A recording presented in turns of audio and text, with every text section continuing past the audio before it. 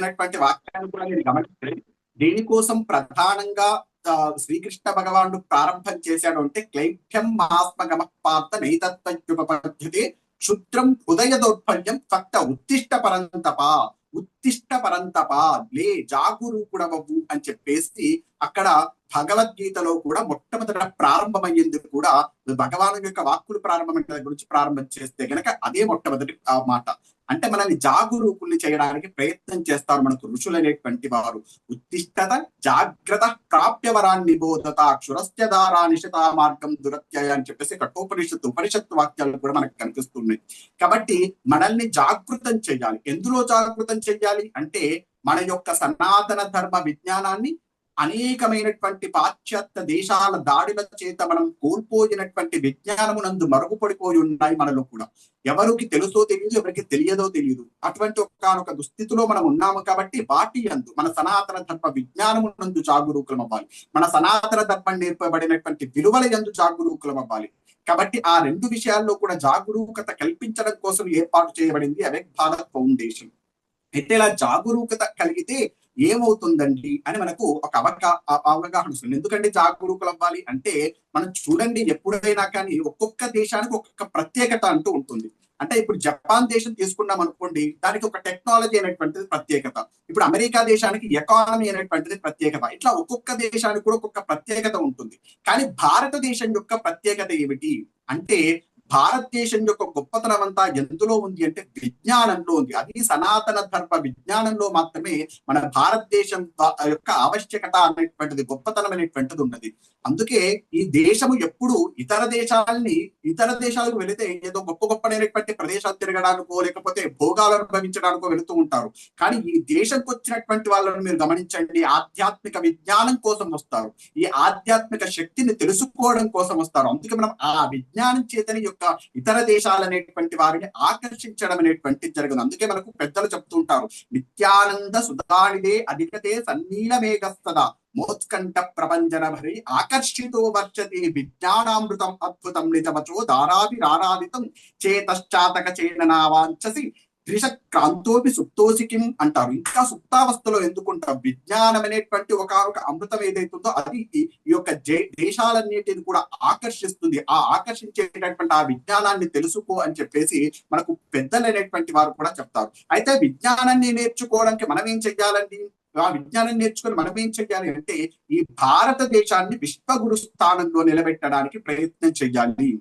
దానికోసమే awake Bharat foundation ఏర్పడింది కూడా. దేనికోసం అంటే ఆ విజ్ఞానాన్ని నేర్చుకొని మనం ఏంటంటే మన యొక్క భారతదేశంలో విజ్ఞానాన్ని సృష్టి చేయడంలో చాలా గొప్పవాళ్ళు, కానీ ఆ విజ్ఞానాన్ని ప్రచారం చేయడంలో మాత్రం ఫెయిల్ అయిపోతున్నాం. మీరు ఆలోచన మన ఋషులు ఎంత గొప్పనైనటువంటి వాంగ్మయాన్ని ఇచ్చారు, ఎంత శాస్త్రీయమైనటువంటి, ఎంత సైంటిఫిక్ గా ఉండేటటువంటి వాంగ్మయాన్ని ఇచ్చారు. అంత వాంగ్మయం మనం ఉంచుకొని కూడా మనము ఇతర దేశాలకు మన యొక్క సనాతన ధర్మ వాంగ్మయాన్ని చెప్పలేక మనం ఇంకా కూడా వెనకబాటుతనంతోనే ఉన్నాము. కారణం ఏమిటి అంటే మనం చెప్పలేకపోతున్నాం, మనం ప్రచారం చేయలేకపోతున్నాం. వీలైనంత ఆ ప్రచారమే గనక ఉంటే మన దేశం ఏనాడో విశ్వగురు స్థానం అనేటువంటిది ఆక్రమించేది. కాకపోతే మనం ఆ ప్రచారం అనేటువంటిది చేసుకోలేము. అది అంటారు చూసారు, వాళ్ళకి బాగా వర్క్ వచ్చేది, కాకపోతే అడ్వర్టైజ్మెంట్ చేసుకోవడం రాదు అని చెప్పేసి మనకు ఆ అడ్వర్టైజ్మెంట్ అనేటువంటిది రాదు హిందువులు అనేటువంటి వారికి. ఆ కారణం చేత విశ్వగురు స్థానాన్ని ఆక్రమించలేకపోతున్నాం. కాబట్టి విశ్వగురు స్థానాన్ని ఆక్రమించడానికి కావలసినటువంటి విజ్ఞాన విలువల్ని కూడా మనం తెలుసుకుంటాము. అయితే విశ్వగురు స్థానంలో ఉండాలి అంటే ఏం చెయ్యాలండి మనము అంటే ప్రధానంగా యువతకు ప్రాధాన్యం ఇవ్వాలండి. ఎప్పుడైనా కానీ మనకు వివేకానందుల వారు కూడా ఒక మాట అంటారు, ఇనుప కండరాలు నరాలు కలిగినటువంటి వ్యక్తులు ఒక యువకుల్ని 10 మందిని ఇస్తే నేను ఈ దేశాన్ని బాగు చేసి చూపిస్తాను అంటారు. ఆ యువకులు అనేటువంటి ఆ ఇనుప కండరాలు ఉక్కు నరాలు కలిగినటువంటి ఆ యువతను తయారు చేయడంలో మనం ఫెయిల్ అయిపోతున్నాం. ఎందుకు ఎక్కడ ఫెయిల్ అయిపోతున్నాం అంటే ఆ యొక్క సనాతన ధర్మం పైన ఒక స్పష్టమైనటువంటి అవగాహన లేదు, ఒక నిర్లక్ష్యమైనటువంటి భావం. అంటే సనాతన ధర్మం అంటే ఒక నిర్లక్ష్యం. ఏముందండి, అది అందరికీ తెలిసినటువంటి పూజలు పునస్కారాలు ఇత్యాది మూఢమైనటువంటి విశ్వాసాలు ఇట్లాంటివి అనేటటువంటి అపోహలు అనేటువంటివి మనము విద్యార్థుల్లో ఇప్పుడు ఉండేటటువంటి యువకుల్లో చూస్తున్నాం. ఈ యువకుల్ని కూడా 3 రకాలుగా విభాగం చేయవచ్చండి. ఒక రకమైనటువంటి యువకులు ఏంటి, అసలు సనాతన ధర్మం విజ్ఞానం పైన మినిమం ఒక అవగాహన కూడా లేకుండా ఉండేటటువంటి వారు కొంతమందికి సనాతన ధర్మం పైన అవగాహన ఉంటుంది, కాకపోతే స్పష్టత ఉండదు. ఆ స్పష్టత ఉండకుండా కొన్ని అనుమానాలతో ఉండేటటువంటి యువకులు కొంతమంది, అసలు సనాతన ధర్మం జోలికి రానటువంటి వారు కొంతమంది. కాబట్టి రెస్పెక్ట్ చేస్తారు కొంతమంది, కాకపోతే మినిమం నాలెడ్జ్ అనేటువంటిది ఉండదు వారికి. అట్లాంటి వాళ్ళు కూడా ఉంటారు. వీళ్ళందరిలో కూడా మనకు కొంతమంది ఉంటారు చూసారా, అవగాహన రాహిత్యంతో కొద్దిగా స్పష్టత లేనటువంటి వారు. వారి కోసం ప్రధానంగా ఈ యొక్క కోర్స్ అనేటువంటిది ఏర్పాటు చేయడం జరిగింది. యువకుల్లో ఒక అస్పష్టత అనేటువంటిది, ఏదో అంటారు చూసి సంశయాత్మ వినశ్యతి అని చెప్పేసి, ఆ సంశయం ఉందనుకోండి ముందుకు సాగదు. కాబట్టి ఆ గొప్పనైనటువంటి ఆ యొక్క సనాతన ధర్మం యొక్క సంస్కృతిని తెలుసుకోవాలంటే మన యొక్క సంశయాలు అనేటువంటి నివృత్తి జరగాలి. కాబట్టి ఆ యువకులకు శాస్త్రీయమైనటువంటి కోణంలో మన సనాతన ధర్మం బోధించడం కోసం ఈ యొక్క ఏబిఎఫ్ ఫౌండేషన్ అనేటువంటిది ఏర్పడడం జరిగిందండి. అంతేకాదు, యువకులు నేర్చుకున్న తర్వాత మనకు ఉండేటువంటి ప్రధానమైనటువంటి లోపం ఏంటంటే, చెప్పేటటువంటి వాళ్ళు తగ్గిపోవడం. చెప్పేటటువంటి వాళ్ళు ఉన్నా కానీ 60-70 ఉన్నటువంటి వాళ్ళే తప్ప యువకులైనటువంటి ప్రవచనకర్తలైనటువంటి వారు ఈ మధ్య లేకుండా పోవడం అనేటువంటిది మనం కొద్దిగా ఆలోచించవలసినటువంటి విషయం. ఒకవేళ ఉన్నా వేళ్ల మీద లెక్క పెట్టేంత మంది మాత్రమే ఉన్నారు. మన తెలుగు రాష్ట్రాల్లో తీసుకోండి, ఇతర దేశాల్లో తీసుకోండి, వేళ్ల మీద లెక్క పెట్టేంత మంది మాత్రమే ప్రవచనకర్తలు అనేటువంటి వారు ఉన్నారు. పెద్ద పెద్ద ప్రవచనకర్తలు ఉన్నారు, ఒక 50, 60, 10 దాటినటువంటి వారు. కాకపోతే ఒక మామూలుగా ఒక యువకుల్లో మనం అంటే తరువాతి తరానికి మనం అందించలేకపోతున్నాం సనాతన ధర్మం అనేటువంటి విషయాన్ని మనం గుర్తించాలి. కాబట్టి మనం ఏం చెయ్యాలంటే, ఈ యొక్క ఏబిఎఫ్ లక్ష్యంగా ఇంకొకటి పెట్టుకున్నది ఏంటంటే, యువ ప్రవచనకర్తల్ని తయారు చేయడము. యువ ప్రవచనకర్తల్ని తయారు చేసి సనాతన ధర్మాన్ని ప్రచారం చేయడం అనేటువంటిది ఇంకొక ప్రధానమైనటువంటి లక్షణంగా పెట్టుకోవడం జరిగింది. తర్వాత హిందువులు అనేటువంటి వారు ఏ పని చేసినా కానీ ఏదో ఒక ప్రయోజనం అనేటువంటిది, అసలు ప్రయోజనం అనుద్దిష్ట నమంతోపి ప్రవర్తతే, ఏదైనా ప్రయోజనం లేకుండా ఎవరు ఏ పని చేయరు. కాబట్టి ఈ విషయాలు నేర్చుకోవడం మాత్రమే కాదు, నేర్చుకున్న తర్వాత వీటిని ఆర్థికంగా కూడా వాళ్ళు బలోపేతులు అవ్వడానికి ఎలా ఉపయోగించుకోవచ్చు అనేటువంటి విషయాన్ని కూడా మనం ఇక్కడ చెప్పడం అనేటువంటిది జరుగుతుంది. అంటే హిందువుల్ని ఆర్థికంగా కూడా బలోపేతులను చేయాలి. మనం ఆర్థికంగా గనక బలోపేతులను చేయకపోతే ఇతర మతాలు అనేటువంటివి కబలించడానికి మనం అవకాశం ఇచ్చినటువంటి వాళ్ళం అవుతాము. ఆ కారణం చేత హిందువుల్ని ఆర్థికంగా బలోపేతుల్ని చేయడం అనేటువంటిది కూడా ఏబిఎఫ్ అనేటువంటిది ఒక లక్ష్యంగా పెట్టుకోవడం జరిగింది. తర్వాత ప్రతి ఇంటా సనాతన ధర్మం అనేటువంటి పేరుతో ప్రతి ఒక్క దగ్గర ఊర్లో, గ్రామాల్లో కానీ, దేవాలయాల్లో కానీ ప్రవచనాలు ఏర్పాటు చేసి ప్రవచనాలు చెప్పడం అనేటువంటిది కూడా ఈ యొక్క ప్రతి ఇంటా సనాతన ధర్మం అనేటువంటి కార్యక్రమంగా ఏబిఎఫ్ అనేటువంటిది నిర్మించుకోవడం జరిగింది లక్ష్యంగా. తర్వాత ప్రవచన మంటప నిర్మాణం, అంటే ఒక్కొక్క జిల్లాకి ఒక ప్రవచన మంటపం మీద ఉండాలి అనేటువంటిది ఇంకొక లక్ష్యంగా పెట్టుకోవడం జరిగింది. వీటన్నిటిని సాధించడం కోసం మనం చేసింది ఏమిటి అంటే, దీనికోసం మొట్టమొదట మనం అవేకన్, అంటే మనం జాగృతం అవ్వాలి. కాబట్టి దీనికోసం మనం మొట్టమొదట నేర్చుకోవడం కోసం ఏర్పాటు చేసినటువంటిది ఇక్కడ ఒక సనాతన ధర్మం కోసం యూనివర్సిటీ. దాన్ని ఇప్పుడు యూనివర్సిటీని కట్టాలనుకోండి, మనకు పెద్దనైనటువంటి భూములు కావాలి. ఆ భూములకు సంబంధించినటువంటి ఐఏఎస్ అధికారులు ఇట్లాంటి అనేకమైనటువంటివి ఉంటాయి. కాకపోతే మనకు ఇక్కడ డిజిటల్ యుగంలో, ఇప్పుడు వస్తున్నటువంటి టెక్నాలజీ యుగంలో ఏమైపోయిందంటే మనకు కొత్త సులభం అయిపోయింది. ఏమిటి అది అంటే, డిజిటల్ యూనివర్సిటీగా కూడా ఏర్పాటు చేయవచ్చు. అంటే మనం ప్రత్యేకంగా భూములు అట్లాంటివి ఉండవలసినటువంటి అవసరం లేదు. చెప్పేటటువంటి గురువులు ఉంటే చాలు, వినేటటువంటి శిష్యులు ఉంటే చాలు. మనకు ఉండేటటువంటి ఒక మొబైల్ ఫోన్ ద్వారా కూడా మనకు కావలసినటువంటి విజ్ఞానాన్ని, సనాతనంగా వస్తున్నటువంటి విజ్ఞానాన్ని అందించవచ్చు అనేటువంటి ఉద్దేశంతో డిజిటల్ యూనివర్సిటీ అనేటువంటిది ప్రారంభించడం జరిగిందండి. ఈ డిజిటల్ యూనివర్సిటీ ఫర్ సనాతన ధర్మ, అంటే సనాతన ధర్మం కోసం యూనివర్సిటీని ఏర్పాటు చేసుకుని, నిజంగా మీరు గమనిస్తే మనకు యూనివర్సిటీ అనేటువంటిది సనాతన ధర్మం బోధించడానికి లేదు. ఏంటంటే యూనివర్సిటీలు చాలా ఉన్నాయి కదా అని మీకు అనుమానం రావచ్చు. కానీ నిజంగా మీరు ఆలోచన చేస్తే మనకున్న వేద పాఠశాలలు ఉన్నాయి. అంటే వేదమును బోధించేటటువంటి వేద పాఠశాల, అందులో అర్థం ఎంత చెప్తారనేటువంటిది మనకు తెలియదు. అర్థం అనేటువంటి చెప్పరు. వేదాన్ని పఠనం అంటే చదవడం అనేటువంటిది మాత్రమే ఎక్కువగా ఫోకస్ చేస్తారు తప్ప ఆ వేదానికి ఉండేటటువంటి అర్థాన్ని నేర్చుకున్నటువంటి వాళ్ళు కొంత తక్కువ మంది. తర్వాత వేదములు కాకుండా మీరు యూనివర్సిటీల్లో ఇంకో యూనివర్సిటీస్ చూస్తే సంస్కృతం యూనివర్సిటీస్, అంటే ఒక భాషాపరంగా సంస్కృతాన్ని నేర్పించేటటువంటి యూనివర్సిటీస్ ఉన్నాయి. కాకపోతే ప్రత్యేకంగా సనాతన ధర్మాన్ని ప్రత్యేకంగా, అది భాష కానివ్వండి, ఏదైనా విజ్ఞానం కానివ్వండి, అది సనాతన ధర్మం గురించే పరిశోధన చేసేటటువంటి ఒక యూనివర్సిటీ అనేటువంటిది మనకు భారతదేశంలో లోపించింది, లేదు అనిపిస్తుంది. ఎప్పుడో నలంద, తక్షశిల ఇత్యాది యూనివర్సిటీల గురించి చదువుకున్న 1000 సంవత్సరాలు గడిచిపోయింది. ఆ యూనివర్సిటీలు అనేటువంటి కనుమరుగుపోయి. అయితే అయినా ఆ తరువాత 1000 సంవత్సరాలలో ఒక్కసారి కూడా మనం అటువంటి యూనివర్సిటీ కోసం ప్రయత్నం చేయలేదు. అప్పుడు పాపం అబ్దుల్ కలాం గారు ప్రయత్నం చేశారు. తర్వాత దాన్ని కూడా ముందుకు సాగనివ్వలేదు ధర్మ వ్యతిరేక శక్తులు అనేటువంటి వారు. కాబట్టి ఇప్పుడు డిజిటల్ యుగంలో ఆ నలంద, తక్షశిల వంటి మనకు హర్ష చరిత్రలో బాణుడు హర్ష చరిత్ర రాస్తూ హర్షుడు ఆ అరణ్యాల్లో చూసినటువంటి యూనివర్సిటీ గురించి వర్ణన చేస్తారు. అక్కడ ఎటువంటి విద్యలైనటువంటి నేర్చుకున్నటువంటి వారు, కపులు సాంఖ్యం నేర్చుకున్నటువంటి వారు, విజ్ఞాన శాస్త్రములు నేర్చుకున్నటువంటి వారు, బౌద్ధము, జైనము అనేకమైనటువంటి న్యాయ శాస్త్రం, ఇట్లాంటి తర్కశాస్త్రం ఇత్యాది అనేకమైనటువంటి విషయాలు నేర్చుకున్నటువంటి వారు ఉన్నారని మనకు రాయడం అనేటువంటి జరిగింది. అటువంటి యూనివర్సిటీలు అనేటువంటి అప్పుడు ఎక్కడ పడితే అక్కడ ఉండేటటువంటి యూనివర్సిటీలు ఇప్పుడు మనకు ఆ యూనివర్సిటీస్ అనేటువంటివి లోపించాయి. ఆ కారణం చేత మనం ఈ యూనివర్సిటీ అనేటువంటిది ఏర్పాటు చేసుకోవడం అనేటువంటిది జరుగుతుందండి. ఇప్పుడు మనకి యూనివర్సిటీలో ఏం చెప్తారండి అంటే వీటిని కొన్ని కోర్సెస్ గా, అంటే మన హిందువులకు ఉపయోగపడేటటువంటి కొన్ని కోర్సెస్ గా మనము నిర్మాణం చేయడం జరిగిందండి ఈ యొక్క యూనివర్సిటీస్ అనేటువంటిది. అంటే మొట్టమొదట మామూలుగా ఆధ్యాత్మికమైనటువంటి కోర్సులు కొన్ని, దేశభక్తికి సంబంధించినటువంటి కోర్సులు కొన్ని, ప్రత్యేకంగా యువతకు సంబంధించినటువంటి కోర్సులు కొన్ని, ఈ విధంగా నిర్మాణం అనేటువంటి జరిగిందండి. మొట్టమొదట ప్రత్యేకంగా ఈ ఏబిఎఫ్ అంటే అవిక్ భారత్ ఫౌండేషన్ కి మాత్రం ప్రత్యేకమైనటువంటి కోర్సులు ఏమిటి అంటే ఒకటి చండీ సప్తశతికి సంబంధించిన, ఎందుకంటే మనకు తపశ్శక్తి అనేటువంటిది కావాలి. మనం ఎంత చేసినా కానీ మన యొక్క సాధన, మన యొక్క పనులు మనం చేస్తాం, మనం కర్మ చేసినా కానీ తపశ్శక్తి అనేటువంటిది కావాలి. ఆ తపశ్శక్తి ద్వారా మాత్రమే మన యొక్క దేశాన్ని కానీ మన ధర్మాన్ని కానీ నిలబెట్టుకోగలుగుతాము. ఆ సాధన పెరగడం కోసం, తపశ్శక్తి పెరగడం కోసం చండీ సప్తశతిని స్వీకరించడం జరిగింది. ఎందుకంటే కలో చండీ వినాయకం అని చెప్తూ ఉంటారు.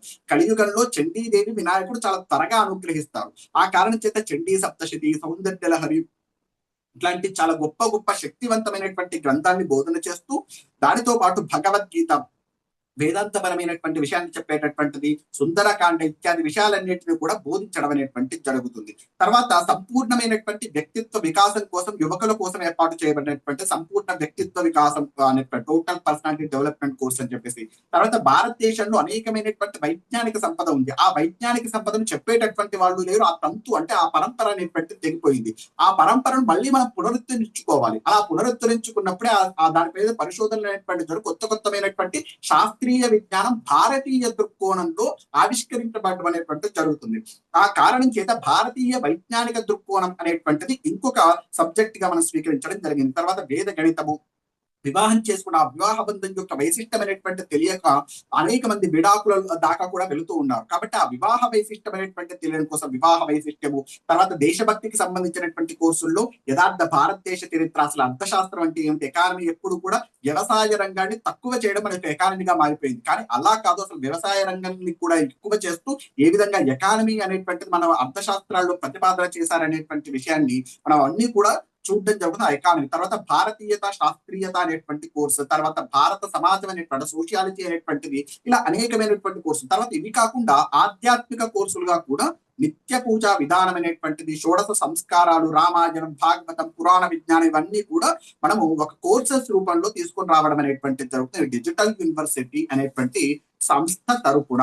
ఎందుకంటే ఈ కోర్సెస్ అంటే మనం పూర్వకాలంలో ఏ విధంగానైతే ప్రపంచ దేశాలకు జ్ఞాన భిక్ష పెట్టామో అదే విధంగా మన ఈ కోర్సుల ద్వారా ఇప్పుడు కూడా మన భారతదేశం అనేటువంటిది ఇతర దేశాలకు జ్ఞాన భిక్ష పెట్టాలి. ఎందుకంటే పూర్వకాలంలో ఉండేటటువంటి ఆ యొక్క దేశములన్నీ కూడా చీకట్లో ఉండేవి. అచ్చపు చీకటిని బడి పొరలాడుచుండ ఈ ప్రపంచమెల్లా ఈ పచ్చని తల్లి గుమ్మములపై వెలిగెన్ మణిదీపికల్ కనన్ వచ్చిన కండముల వారి కోరినట్లుగా బిచ్చము పెట్టే భారత సవిత్రి అంటారు. అంటే బిచ్చం పెట్టింది అక్కడ వచ్చినటువంటి వారికి ఏ విద్య కావాలంటే ఆ విద్యని, ఏ విజ్ఞానాన్ని కావాలంటే ఆ విజ్ఞానాన్ని ఈ దేశం బిచ్చంగా పెట్టింది ఆనాడు. ఈనాడు మనం ఇతర దేశాలకు వెళ్ళి నేర్చుకోవాల్సినటువంటి అవసరం ఏర్పడింది. కాబట్టి అట్లాగని వాటిని విమర్శించవలసినటువంటి అవసరం లేదు, వాటిని వ్యతిరేకించవలసినటువంటి అవసరం లేదు. ఎందుకంటే మనకు శాస్త్రం ఒక మాట చెప్తుంది, మ్లేచ్ఛేషు యవనస్తేషు సమ్యక్ శాస్త్రం ప్రతిష్ఠితం ఋషివత్ పూజనీయాస్తి అంటుంది. వాడు మ్లేచ్ఛుడైనా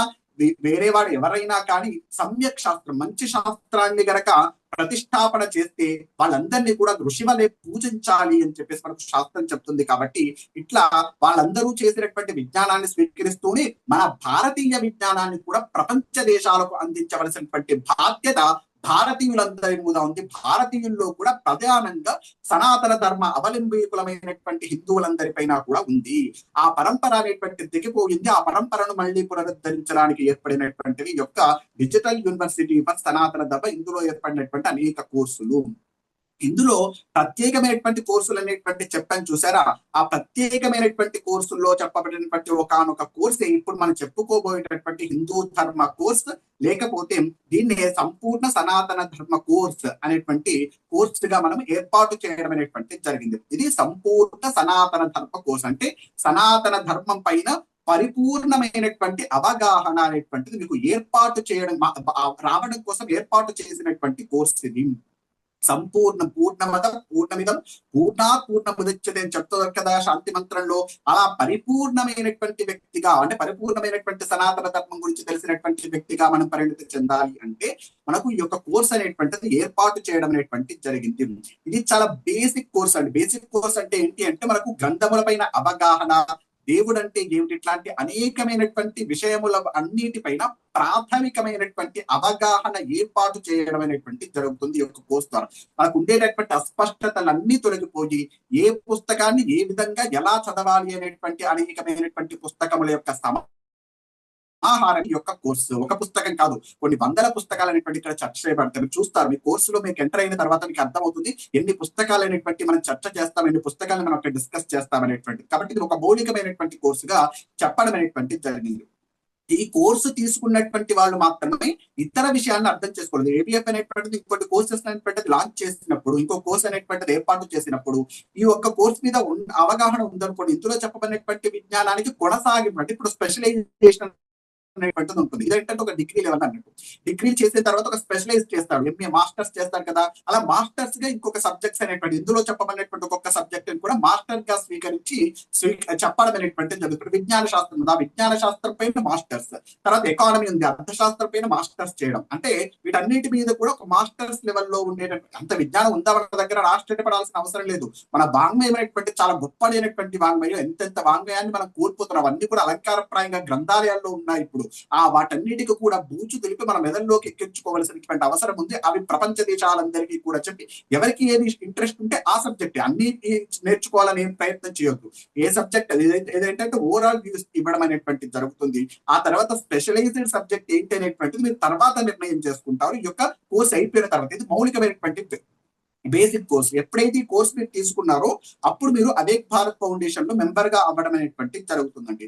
ఈ కోర్సులో ప్రధానంగా మనం ఏమేం వాటి మీద దృష్టి పెట్టాము అంటే మొట్టమొదట ఆధ్యాత్మికత, తర్వాత దైవ భక్తి, తర్వాత దేశభక్తి, ఈ మూడింటిని కూడా మేళవించినటువంటి కోర్సు ఇప్పుడు మనం చెప్పుకోబోయేటటువంటి సనాతన ధర్మ కోర్సు. ఓన్లీ సనాతన ధర్మ కోర్సు అనగానే ఏదో భక్తికి సంబంధించిందని మాత్రమే కాదు. ఇందులో ఆధ్యాత్మికత ఉంటుంది, దైవభక్తి ఉంటుంది, దేశభక్తి ఉంటుంది, శాస్త్రీయ కోణంలో చర్చించడం జరుగుతుంది. సైన్స్ టెక్నాలజీ కూడా ఇందులో ఉండడం అనేటువంటిది జరుగుతుంది. తర్వాత మనకు మన దేశం పైన, మన సనాతన ధర్మం పైన ఒక దృష్టికోణాలు అనేటువంటి ఏర్పాటు చేయబడ్డాయి. మనకు బలవంతంగా పత్రికలు కానీ, సినిమాలు కానీ, లేకపోతే ఇతర దేశాల్లో వచ్చినటువంటి దేశాల నుంచి వలస వచ్చి ఈ దేశాన్ని పరిపాలించినటువంటి వారి చేత కానీ, పాశ్చాత్య భావజాలం చేత కానీ, ఏర్పడుతున్నటువంటి ప్రపంచీకరణ చేత కానీ మన యొక్క మనస్సుల్లో, మన యొక్క మెదళ్లలో సనాతన ధర్మం పైన కొన్ని అపోహల్ని ఏర్పాటు చేయడం అనేటువంటిది జరిగింది. ఆ అపోహలు అనేటువంటివి పోవాలి అంటే మనం ఏం చేయాలి అంటే ఈ కోర్సులో మనం ఆ అపోహలు అనేటువంటిది స్వీకరించి వాటన్నిటిని కూడా డిస్కస్ చేయడం అనేటువంటిది జరుగుతుంది, శాస్త్రంగా, లాజికల్ గా, తర్కబద్ధంగా. కాబట్టి అప్పుడు మనకు వాటిపైన దృక్కోణం, ఎందుకంటే కొన్ని సంవత్సరముల పాటు నుంచి కొన్ని తరముల పాటు నుంచి మనకు ఏర్పడినటువంటి అపోహలు పోవడం అనేటువంటి అంత సులభం కాదు. దాని గురించి చాలా విస్తృతమైనటువంటి చర్చ జరగాలి, ఒక లాజికల్ ఎక్స్ప్లెనేషన్ అనేటువంటిది కావాలి. కాబట్టి ఆ దృక్కోణంలో మార్పు కోసం కూడా యొక్క సనాతన ధర్మ కోర్స్ అనేటువంటిది ఏర్పాటు చేయడం అనేటువంటిది జరిగిందండి. తర్వాత ఈ యొక్క సనాతన ధర్మ కోర్సు యొక్క ప్రధానమైనటువంటి ఉద్దేశం అంటే ఎందుకు అసలు ఈ సనాతన ధర్మ కోర్సు మనం నేర్చుకోవాలండి అంటే, మనం ఆలోచన చేయండి, మన తల్లి గురించి మనం తెలుసుకోవాలి, అంతే కదండి. మన తల్లి గురించి మనకు తెలియకుండా ఉండదు, ఎందుకంటే తల్లి పైన కృతజ్ఞతాభావంతో ఉండాలి మనం ఎప్పుడైనా కానీ. మన తల్లి ఎందుకంటే మనల్ని ఎంతో శూలభ్యతను అనుభవించి ఆవిడ మనల్ని కన్న తర్వాత పోషించింది, మనల్ని పెంచింది, పెద్ద చేసింది, మనల్ని ఉత్తీర్ణులుగా తీర్చిదిద్దింది చాలా ఉత్తములుగా. కాబట్టి అలాంటి తల్లికి కృతజ్ఞులమై ఉండాలి. అలాగే మన తల్లి ఎటువంటిదో మన సనాతన ధర్మం అటువంటిది. మనకు ఆ సనాతన ధర్మం గురించి తెలుసుకోకపోతే వాడు కృతజ్ఞుడైనట్టు. కృతజ్ఞో నాస్తి నిష్కృతి అంటుంది రామాయణం. అంటే కృతజ్ఞుడైనటువంటి వారికి నిష్కృతి లేదట.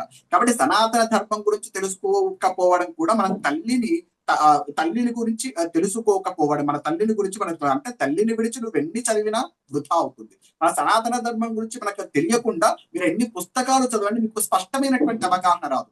ఎందుకంటే సనాతన ధర్మం గురించి ఇక్కడ ఇలాగే ఎందుకు చదవాలి? మేము ప్రత్యేకంగా భగవద్గీత చదువుతున్నామండి, సనాతన ధర్మం గురించి అర్థం కాదా? లేకపోతే ఉపనిషత్తులు చదువుతున్నామండి, మాకు సనాతన ధర్మం గురించి అర్థం కాదా? అర్థం కాదు. సనాతన ధర్మం గురించి అర్థం కావాలి అంటే సనాతన ధర్మమే చదవాలి. అన్ని గ్రంథములను ఒక దగ్గర పెట్టేసి తను ఒక విహంగ వీక్షణంగా చదివినప్పుడే సనాతన ధర్మం గురించి పర్ఫెక్ట్, అంటే పరిపూర్ణమైనటువంటి అవగాహన అనేటువంటిది వస్తుంది. ఏ శాస్త్రం చదివిన కానీ మనకు నాగార్జునుడు చెప్తారు చూసారా, నా క్రమేణ వినాశాస్త్రం నా శాస్త్రం వినాక్రమ, శాస్త్రం క్రమైతం జ్ఞాత్వా ససిద్ధిపాత్ అంటారు. అంటే ఏ శాస్త్రాన్నైనా చదివేటప్పుడు ఒక క్రమ పద్ధతి అనేటువంటిది ఉంటుంది. ఏ ఆర్డర్ లో చదివితే అది పర్ఫెక్ట్ అవగాహన వస్తుంది. అక్కడ ఒక ముక్క ఇక్కడ ఒక ముక్క చదివారనుకోండి, అప్పుడు ఒక అవగాహన అనేటువంటిది రాకపోగా మిస్అండర్స్టాండ్, అంటే అపోహలకు గురవడం అనేటువంటిది జరుగుతుంది. అంటే అనుమానాలకు రేకెత్తించడం అనేటువంటిది జరుగుతుంది. అక్కడ ముక్క చదువుతాడు, దాని మీద అనుమానం వస్తుంది, సనాతన ధర్మమే వృధా అని చెప్పేసి పక్కన పెట్టేసినటువంటి వాళ్ళు చాలా మంది ఉన్నారు. ఈ తంత్ర శాస్త్రాన్ని చదివి కొంతమంది నాస్తికులైనటువంటి వారిని కూడా చూశాను. అంటే సనాతన ధర్మాన్ని చదవాలి అంటే ప్రత్యేకంగా ఏ పుస్తకాన్ని ఏ దృష్టికోణంలో ఎలా చదవాలి అనేటువంటి విషయం మీద కూడా సరైనటువంటి అవగాహన ఉండాలి. కాబట్టి ఆ సనాతన ధర్మం పైన ఉండేటటువంటి అనుమానాల నివృత్తి కోసం కూడా మనకి కోర్స్ అనేటువంటిది ఉపయోగపడుతుంది. కాబట్టి ఆ సంశయం నివృత్తి అయిన తర్వాత మనకి ఏం జరుగుతుంది అంటే, ఈ సంశయం నిర్వహించిన తర్వాత మనకు స్పష్టమైనటువంటి అవగాహన వస్తుంది. ఆ స్పష్టమైనటువంటి అవగాహన వచ్చినప్పుడు మనం ఏం చేస్తామంటే, ఇప్పుడు ఉండేటటువంటి మనకి ఎప్పుడు వస్తున్నటువంటి సమస్యల్లా ఎక్కడంటే, సమాజం అనేటువంటిది మార్పు చెందుతూ ఉంది. సమాజం మార్పు చెందుతున్నటువంటి సమాజము మన యొక్క సనాతన ధర్మం అనేటువంటి పుస్తకాల్లో ఉన్నది. ఈ సనాతన ధర్మ విజ్ఞానాన్ని, ఇప్పుడు ఉండేటటువంటి ఆధునిక విజ్ఞానాన్ని రెండింటిని కూడా ఏ విధంగా మేళవించాలి, ఏ విధంగా రెండింటిని కలిపి నడవాలి అనేటువంటి అవగాహన అనేటువంటిది యువకుల్లో లోపించింది, పెద్దవాళ్ళల్లో కూడా లోపించింది.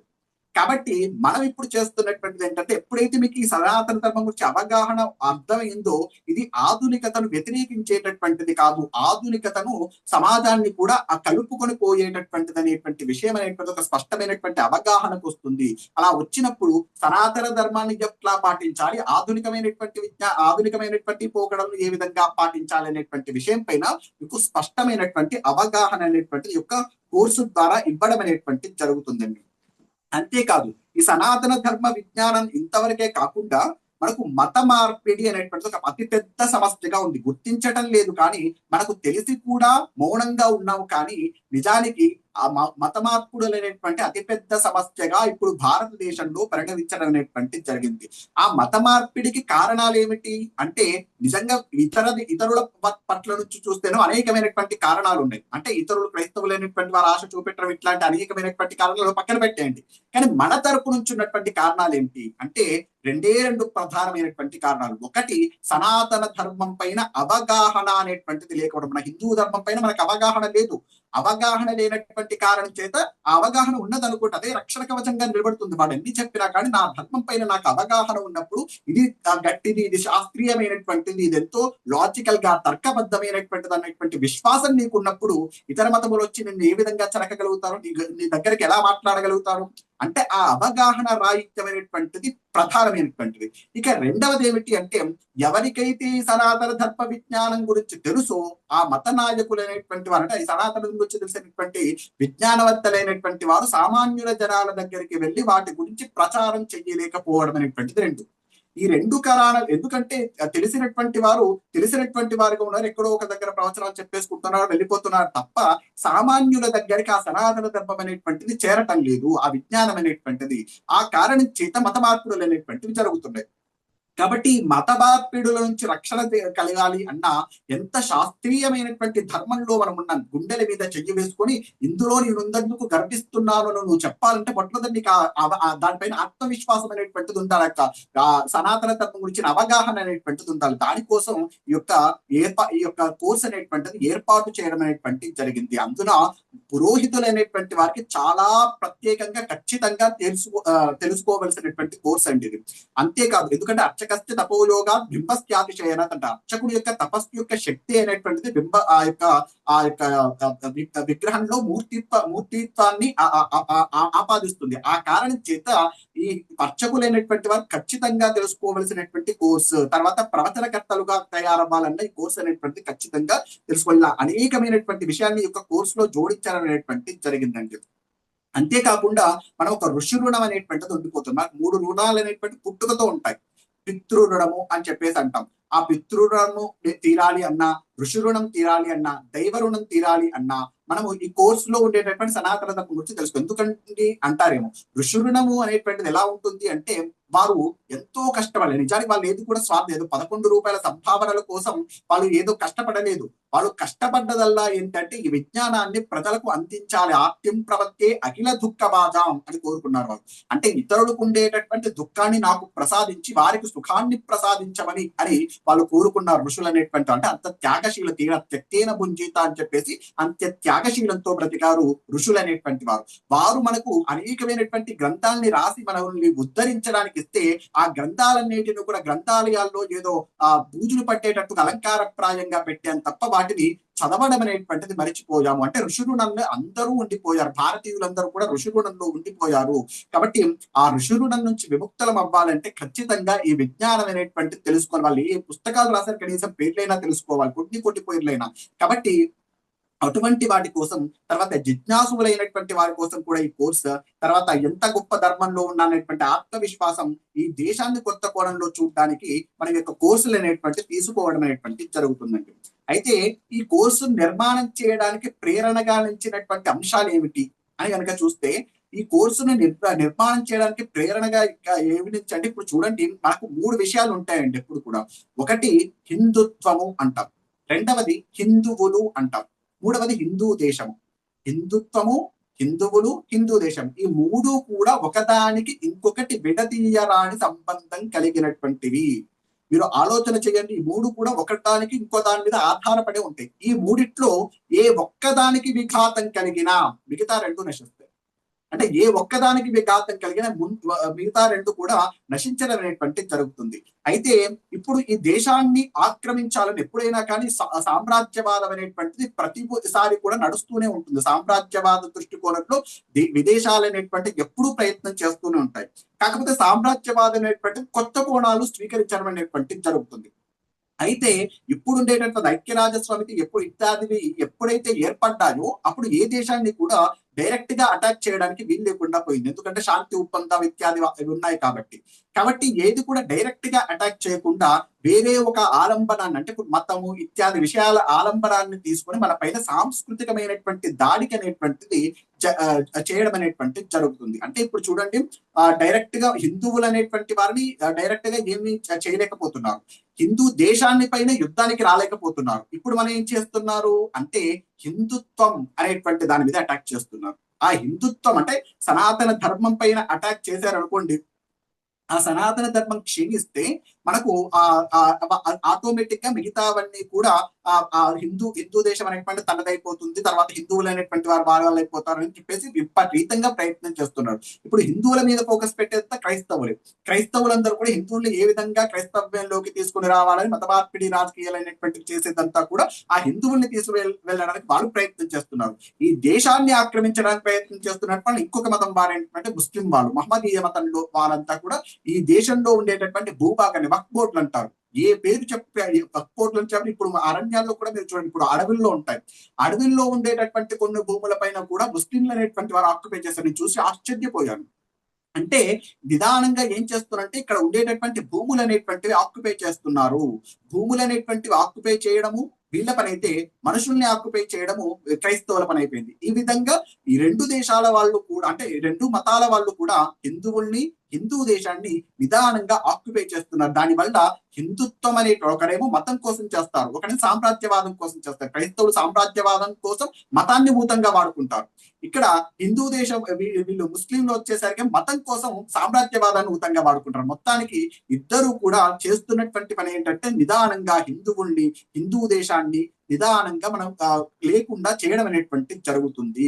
కాబట్టి అటువంటి వాళ్ళను దృష్టిలో పెట్టుకొని ఎందుకు ఇదంతా జరుగుతున్నా కానీ మనం ఏమి తేలు కుట్టిన దొంగలా అలా ఉండిపోయాం. కానీ ఎక్కడా కూడా వాటి గురించి మాట్లాడలేవు. మన పైన జరుగుతున్నటువంటి దాడుల మీద మాటలు లేవు. అనేకమైనటువంటి విషయాలు మనం చూస్తూ ఉన్నాం రోజు కూడా. వీటికి ప్రధానంగా ఉండేటటువంటి కారణాలు ఏమిటి అని కనుక మనం చూస్తే, ప్రధానంగా ఉండేటటువంటి కారణాలు అంటే మనలో పాశ్చాత్య ఆలోచన ధోరణి అనేటువంటి బాగా పెరిగిపోయింది. తర్వాత ఈ హిందువులకు ఒక నాయకత్వాన్ని అంగీకరించేటటువంటి మనస్తత్వం హిందువులకు లేదు. నాయకుడిగా ఉండేటటువంటి సత్తా ఉండేటటువంటి వాళ్ళు చాలా తక్కువ మంది అయిపోయారు. నాయకులుగా ఉండేటటువంటి వాళ్ళు కూడా హిందూ నాయకులు అంటే హిందుత్వం మీద నిలబడేటటువంటి నాయకులు కూడా లేరు. తర్వాత కమ్యూనిస్టులు అని చెప్పేసి వాళ్ళు ఒకవైపు చేస్తారు. తర్వాత మన విద్యా విధానం అనేటువంటిది మెకాల విద్యా విధానాన్ని దానివల్ల అందరూ చెప్పుకుంటూనే ఉన్నాం. కాబట్టి అటువంటి విద్యా విధానాలు, తర్వాత రాజకీయ కారణాలు, లౌకిక రాజ్య సెక్యులరిజం అనేటువంటి పేరుతో మన హిందూ మతం మీద జరుగుతున్నటువంటి దాడుల్ని కనుక మనం గమనిస్తే ఆశ్చర్యపోతాం. అవన్నీ సెక్యులరిజం పేరుతో ఇతర మతాలనేమో మభ్య పెడుతూ ఏదో బుజ్జగిస్తూ ఉంటారు, మన మతం మీద మాత్రం నిరంతరం దాడి చేస్తూ ఉంటారు. తర్వాత మత మార్పిడి వ్యవస్థను ఎంత జరుగుతుందని ప్రత్యేకంగా అందరికీ తెలుసు. అయినా కానీ వాటిని అడ్డుకట్ట వేయడానికి ఎటువంటి రూల్స్ అండ్ రెగ్యులేషన్స్ ఉండవు. అంతేకాకుండా మనలోనే మన యొక్క హిందువులని సర్టిఫికెట్ లో ఉండేటటువంటి వాళ్ళే ధర్మ ద్రోహులుగా తయారయ్యి మన యొక్క సనాతన ధర్మాన్ని క్షీణింపజేయడానికి వస్తున్నారు. సినిమాలు, పత్రికలు, ఇలా మీడియా, ఇవన్నీ సోషల్ మీడియా ఈనాడు. కాబట్టి ఇలా అనేకమైనటువంటి వ్యక్తులు కూడా మన యొక్క సనాతన ధర్మాన్ని ఏదో కర్ణుడి చావుకు కారణాలేది అన్నట్టుగా ఏదో అంటారు చూసారు, కర్ణుడు అనేటువంటి చచ్చిపోవడానికి విప్రుడు వెంచి అవదగ్న సుతుండు శాపం ఇచ్చి అమరభర్త వంచన చేసి వరంబని కోరి కుర్తి మాంచనలకు భీష్ముడు అత్తరతోడనిచ్చి అని ఇలా అనేకమైనటువంటి కారణాలు చెప్తారు చూసారా. అలాగే మన సనాతన ధర్మం క్షీణించడానికి కూడా కారణాలైనటువంటివి అనేకము. అందులో ముగ్గురు ప్రధానమైనటువంటి పాత్ర వహిస్తున్నారు ఇప్పుడు చూస్తున్నటువంటి సమాజంలో. ఒకరు విదేశీ శక్తులు అనేటువంటివి ఒకటి, తర్వాత మనది ఆ విదేశీ శక్తుల చేత ప్రేరేపింపబడినటువంటి మన స్వదేశీ మేధావుల ముసుగులో ఉన్నటువంటి కమ్యూనిస్టులు అనండి, హ్యూమనిస్టులు అనండి, తర్వాత ఉమెన్ ప్రొటెక్టర్స్ అనండి, ఏవైనా చెప్పండి. అంటే ఉమెన్ ప్రొటెక్ట్ చేసేటటువంటి వాళ్ళు ఉంటారు కదా, వీళ్ళంతా ఎవరైనా ఫెమినిజం అని చెప్పేసి ఇలాంటి అనేకమైనటువంటి వాళ్ళందరూ కూడా ఈ దేశంలో స్వదేశంలో మేధావులుగా చలామణి అవుతుంటారు. కానీ నిజంగా చేసేదంతా కూడా ఏదో నక్క పులితోలు కప్పుకున్నట్టుగా అంటారు చూసారా, అట్లా వాళ్ళ యొక్క పరిస్థితి అనేటువంటిది ఉంటుంది. మనకు దీని గురించి ఒక కథ కూడా చెప్తూ ఉంటారండి. ఇప్పుడు డైరెక్ట్ గా పులిని ఎవరైనా ఆవును చంపుదామన్నాం అనుకోండి, ఆవును చంపుదామంటే ఒప్పుకుంటామా మనం? ఆవును చంపుదామంటే ఒప్పుకోమం. ఆ కారణం చేత ఆవుకు పులి అనేటువంటి పేరు పెట్టి దాన్ని నేను పులిని అంటే ఆ పులిని చంపుతున్నాననేటువంటి పేరుతో ఆవును చంపుతున్నారు. అంటే దీనికి అర్థం అవ్వాలి అంటే ఇప్పుడు మనకు ఇప్పుడు సనాతన ధర్మాన్ని వాళ్ళు నశింపజేద్దాం అంటే చంపేద్దాం అనుకుంటున్నారు, అంటే క్షీణింపజేద్దాం అనుకుంటున్నారు. అట్లాంటప్పుడు వాళ్ళు ఏం పేర్లు పెడతారంటే నేను మూఢత్వాన్ని క్షీణింపజేస్తున్నాను, లేకపోతే మైనారిటీ రైట్స్ కోసం నేను ప్రయత్నం చేస్తున్నాను, ఉమెన్ రైట్స్ అంటారు, అట్రాసిటీ అంటారు, లేదో అస్పృశ్యత నివారణ కోసం ప్రయత్నం చేస్తున్నారు. ఇట్లాంటి మాటలన్నీ చెబుతూ ఇండైరెక్ట్ గా వాళ్ళు చేసేది ఏంటి అంటే హైందవ వ్యతిరేకతను ప్రచారం చేస్తూ ఉంటారు వాళ్ళందరూ చేసేటటువంటిది. అంటే ఇవన్నీ కూడా చేసేటటువంటిది ఏంటి? హిందుత్వ వ్యతిరేక శక్తులే. మళ్ళీ వీటికి తగ్గట్టుగా మనకు ప్రపంచంలో రిపోర్ట్స్ అనేటువంటి ఏర్పాటు చేస్తారండి. అంటే ప్రపంచ దేశాలు అనేటువంటి ఇక్కడ ఉమెన్స్ కి సేఫ్ లేదు, అంటే భారతదేశంలో స్త్రీలు అనేటువంటి వాళ్ళు చాలా సేఫ్ గా లేరు అని చెప్పేసి ఇట్లాంటి రిపోర్ట్స్ అనేటువంటివి ఏర్పాటు చేసి ఈ దేశం పైన ఇండైరెక్ట్ గా దాడి చేయడం అనేటువంటిది జరుగుతుంది. అంటే నేను ఆవును చంపుతున్నాను అనకుండా పులిని చంపుతున్నానని దాని పేరుతో మొత్తానికి ఆ పులిని అంటే పులిని ఆవుని పులి అని చెప్పడానికి ఒక లాజిక్ ఉండాలి కదా, ఆ లాజిక్ ను సృష్టించి చంపడం అనేటువంటిది జరుగుతుంది. ఇది విదేశీయులు చేసేటటువంటి పని. అందుకే కదండి ఒక రాజకీయ నాయకులు అంటారు ఒక సనాతన ధర్మమైనటువంటి మలేరియా వంటిది నిర్మూలించాలని ఒకడంటాడు, ఒకడేమో డిస్మాంటిలింగ్ గ్లోబల్ హిందుత్వం అని చెప్పేసి వాడు మీటింగులు పెట్టుకుంటాడు, దానికి మన మేధావులు అటెండ్ అవుతారు. అంటే వీళ్ళందరూ ఏం చేస్తున్నారు? సనాతన ధర్మాన్ని. కాబట్టి మనం ఆలోచన చేయాలి. ఆలోచన చేసి జాగృతం అవ్వకపోతే తరువాత ప్రభావానికి లోనవలసినటువంటిది కూడా మనమే. మనకు ఫ్యూచర్ షాక్ అనేటువంటి ఒక ఆర్టికల్ ఒక మాట చెప్తారండి. సమాజంలో జరుగుతున్నటువంటి మార్పుల్ని గనక గమనించి దానికి తగ్గట్టుగా వ్యవస్థల్ని గనక బలోపేతం చేసుకోకపోతే ఆ జరుగుతున్నటువంటి మార్పులే ఆ యొక్క వ్యవస్థల్ని కబలించి వేస్తాయి అని చెప్తారు. అంటే మనం చేస్తున్నటువంటిది ఏదైతే ఉందో హిందూ ధర్మం మీద జరుగుతున్నటువంటి దాడుల్ని కనుక గుర్తించకపోతే ఆ జరుగుతున్నటువంటి దాడులే మన యొక్క సనాతన ధర్మాన్ని కబలించి వేసేటటువంటి ప్రమాదం ఉంది. కాబట్టి మనం వాటి గురించి తెలుసుకోవాలి, వాటి గురించి అవగాహన అనేటువంటిది రావాలి అని చెప్పేసి ఇందులో ప్రత్యేకంగా చెప్పడం అనేటువంటిది జరుగుతుంది. ఇక క్రైస్తవం వచ్చేసరికి బ్రాహ్మణుడు మేక కథే. అంటే వీళ్ళు అంటే మన యొక్క సనాతన ధర్మంలో ఉండేటటువంటి దేవుళ్ళు, ఇంతమంది దేవుళ్ళు ఉన్నారు, మీరు విగ్రహాన్ని పూజిస్తారు, ఇట్లాంటి కొన్ని అపోహని బాగా చెప్పి చెప్పి చెప్పి ఒకటికి 10 సార్లు చెప్పారనుకోండి, మన మైండ్ లో వాళ్ళు చెప్పిందే నిజమేమో అనేటువంటి భ్రమ అనేటువంటిది కల్పిస్తారు. అంటే అలాంటి భ్రమను కల్పించి చాలా మందిని కూడా మతం మార్చి క్రైస్తవం చేస్తుంది. ముస్లింలు అయితే ఇక మనకు చెప్పాల్సిన అవసరం లేదు. వాళ్ళు ఇక్కడ ఉండే అక్కడ అంటే విదేశాల్లో ఉండే వాళ్ళ దేశాల్లో ఉండేటటువంటి జనాభానంతా కూడా ఈ దేశాలకు శరణార్థులుగా వచ్చి ఇక్కడ ఉండేటటువంటి రాజ్యాన్ని ఆక్యుపై చేయాలని ప్రయత్నం చేస్తుంది. దీనికి మళ్ళీ ఎకానమీ సృష్టి, దానికి వాళ్ళకు భూములు ఇవ్వడం కోసం వక్ఫ్ బోర్డు ఉంటే దానికి ఎకానమీస్ అంటే దానికి కావాల్సినటువంటి ఆర్థిక వనరులు సమకూర్చడం కోసం హలాల్ వంటి సంస్థలు అనేటువంటి ఉన్నాయి. కాబట్టి ఈ విధంగా అనేకమైనటువంటి దాడులు అనేటువంటివి జరుగుతున్న వీటన్నిటిని చూసిన తర్వాత నాకు అర్థమైంది ఏంటంటే సనాతన ధర్మంలో ఉండేటటువంటి హిందువులు ఎవరైతే ఉన్నారో వారికి అవగాహన లేదు, ఏం జరుగుతుందో తెలియటం లేదు, వారి తర్వాత ఎటువంటి ఇబ్బందులు ఏర్పడతాయో తెలియటం లేదు. అంటే ఇప్పుడంతా కూడా మనం బాయిలింగ్ ఫ్రాగ్ సిండ్రోమ్ అంటారు చూసారా, మీరు సైకాలజీలో చూస్తే బాయిలింగ్ ఫ్రాగ్ సిండ్రోమ్ అంటారు. అంటే బాగా వేడుకున్నటువంటి నీటిలో కనుక కప్పను వేసారనుకోండి, వెంటనే జంప్ చేసేస్తుంది, వెంటనే బయటకు వచ్చేస్తుంది. అదే కనుక ఆ చిన్నగా కప్పను చల్లటి నీళ్ళలో వేసి కింద కనుక మంట పెట్టామనుకోండి, దానికి తెలియదు, ఎప్పుడు ఇక బయటికి పడలేక అది అందులోనే ఉండి చచ్చిపోతుంది. ఇప్పుడు మనం అదే స్థితిలో ఉన్నాం. నిదానంగా మన కింద మంట పెడుతున్నారు, దాన్ని మనం గమనించటం లేదు. గమనించకపోవడం వల్ల మళ్ళీ కబలించి వేసే ప్రమాదం ఉన్నది. మనం ఎందుకు ఈ కోర్సుని ఇంకా ఏర్పాటు చేయడం, ఎందుకంటే చీకటిని తిట్టుకుంటూ కూర్చోవడం, ఇలా జరుగుతున్నాయి తిట్టుకుంటూ కూర్చోవడం కాదు. చీకటిని తిట్టుకుంటూ కూర్చోకుండా ఒక చిన్న ప్రమిదనైనా వెలిగిస్తే ఆ ప్రమిద అనేటువంటిది వెలుగును ప్రకాశిస్తుంది, చీకటి చీల్చివేస్తుంది.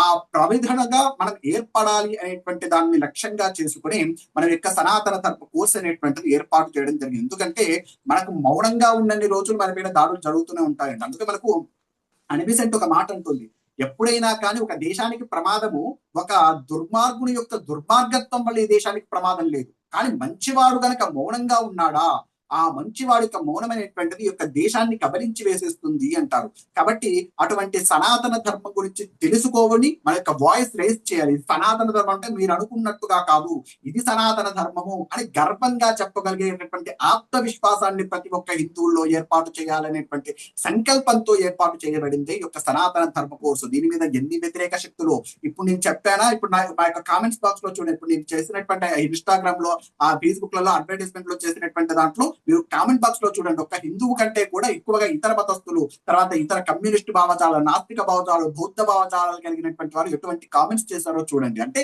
ఒక సనాతన ధర్మం గురించి తెలుసుకోవాలి.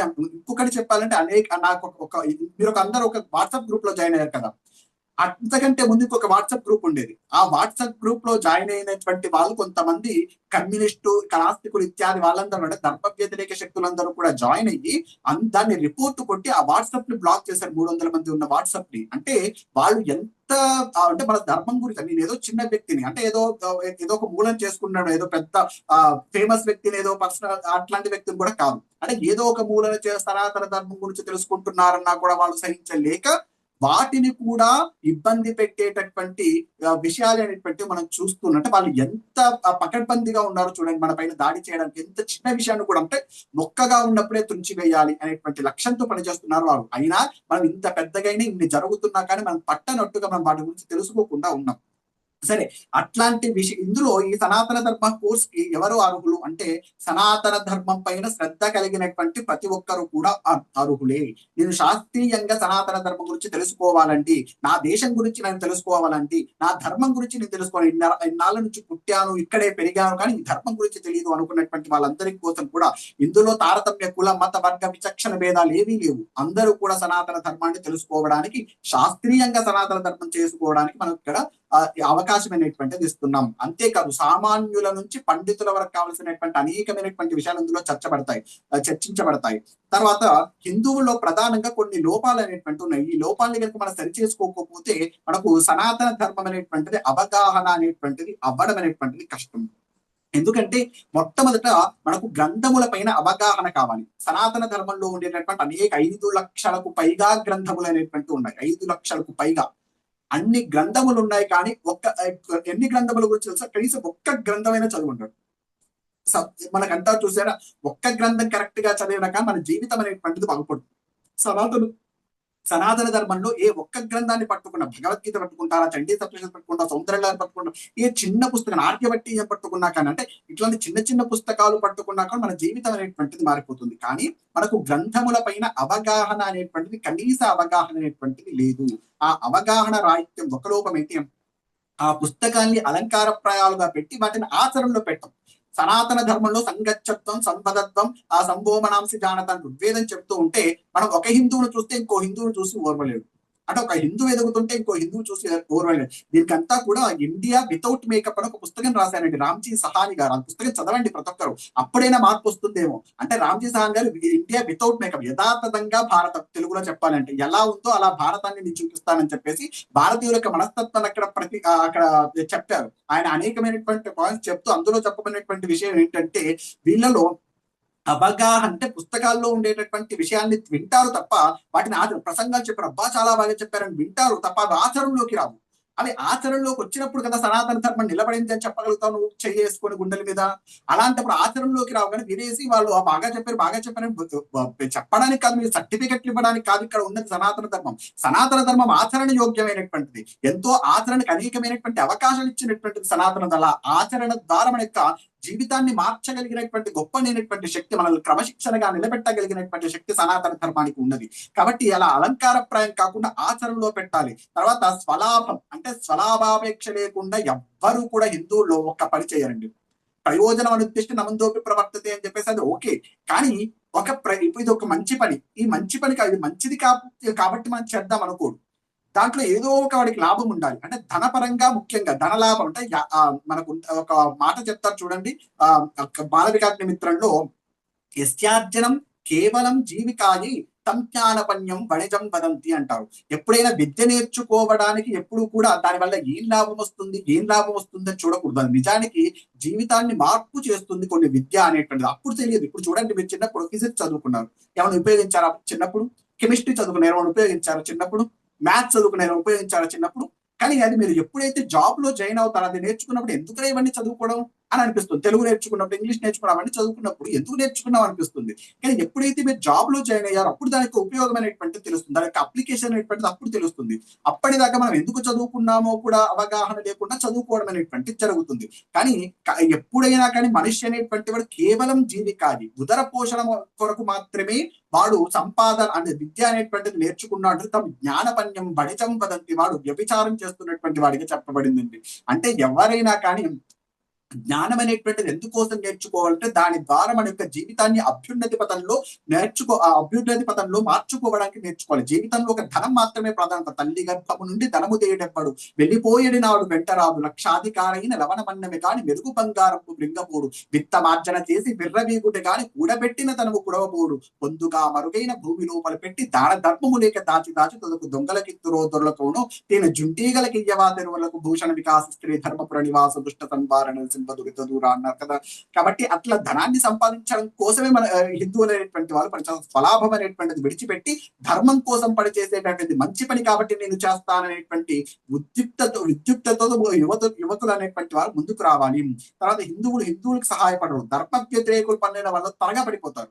ఒక క్రైస్తవుడు వచ్చి మీరు విగ్రహాలను తప్పనప్పుడు నిజమేనేమో, దేవుళ్ళు ఇంతమంది దేవుళ్ళు ఎందుకున్నారు అంటే నిజమేనేమో, ఎందుకున్నారు మనకు నీకు తెలియదు, పెద్దల్ని అడిగి తెలుసుకోవాలా? వాళ్ళన్న దానికల్లా నువ్వు తలాడించుకుంటూ కూర్చుంటే నీ యొక్క బుద్ధిని ఎక్కడ ఉపయోగిస్తున్నావు, నీ యొక్క మనస్సును ఎక్కడ ఉపయోగిస్తున్నావు? నీకు పరమేశ్వరుడు ఇచ్చినందుకు ఆ యొక్క బుద్ధిని, మనస్సును కాబట్టి ఉపయోగించి పెద్దల దగ్గరికి వెళ్ళి నేర్చుకున్నప్పుడు వాటిలో ఉండేటటువంటి తెలుస్తా. అంటే ఆ బలలో పడడం అనేటువంటి హిందువులు అంటే ముస్లింలు పడరండి. ముస్లింలు ముస్లిం భావజాలానికి ఒక్కటి వ్యతిరేకంగా చెప్పి చూడండి, తర్వాత మీరు అక్కడ ఉంటే అంటే మీరు ఎట్లా ఉన్నారు అట్లా ఉంటే చెప్పి చూడండి మీరు శరీరంలో గాయాలతో ఉంటారు ఖచ్చితంగా, అంటే ముస్లిం వాటికి వ్యతిరేకంగా చెప్తే. కానీ మనం మాత్రం ఎలా ఉంటున్నాం, యాక్సెప్ట్ చేస్తున్నాం. దాన్ని ఆలోచన చేయండి మీరు ఒక్కసారి. సరే, తెలియదు అంటే పర్వాలేదు, కానీ తెలియదు అనేటువంటి విషయం కూడా వాడికి తెలియదు హిందువుకి. నాకు సనాతన ధర్మం గురించి తెలుసు అనేటువంటి అపోహల్లో ఉంటారు. ఒకడెవరో భగవద్గీత చదువుతాడు, భగవద్గీత తెలుసా, నాకు సనాతన గురించి మొత్తం తెలిసిపోయింది. ఇక తర్వాత ఎవరు వచ్చిన ఆత్మతత్వానికి వస్తాడు, శరీరం శాశ్వతం కాదు, తర్వాత బ్రహ్మ సత్యం జగన్ విద్య అనేసి ఇక అంతా ఏదో తెలిసినటువంటి పండితుల్లో నిజానికి అనుభవానికి వచ్చిందా నీకు?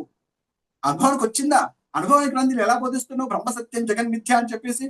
నిజానికి బ్రహ్మ సత్యం జగన్ మిథ్య అనేటువంటిది ఎవరికి బోధించాలో వాళ్ళకు. అందుకే మీరు బ్రహ్మసూత్రాన్ని కూడా చూడండి, ఇవంతా ప్రాథమిక బ్రహ్మసూత్రాల్లో వీటికి సంబంధించినటువంటిది. బ్రహ్మసూత్రాల్లో ఏం చెప్పారు?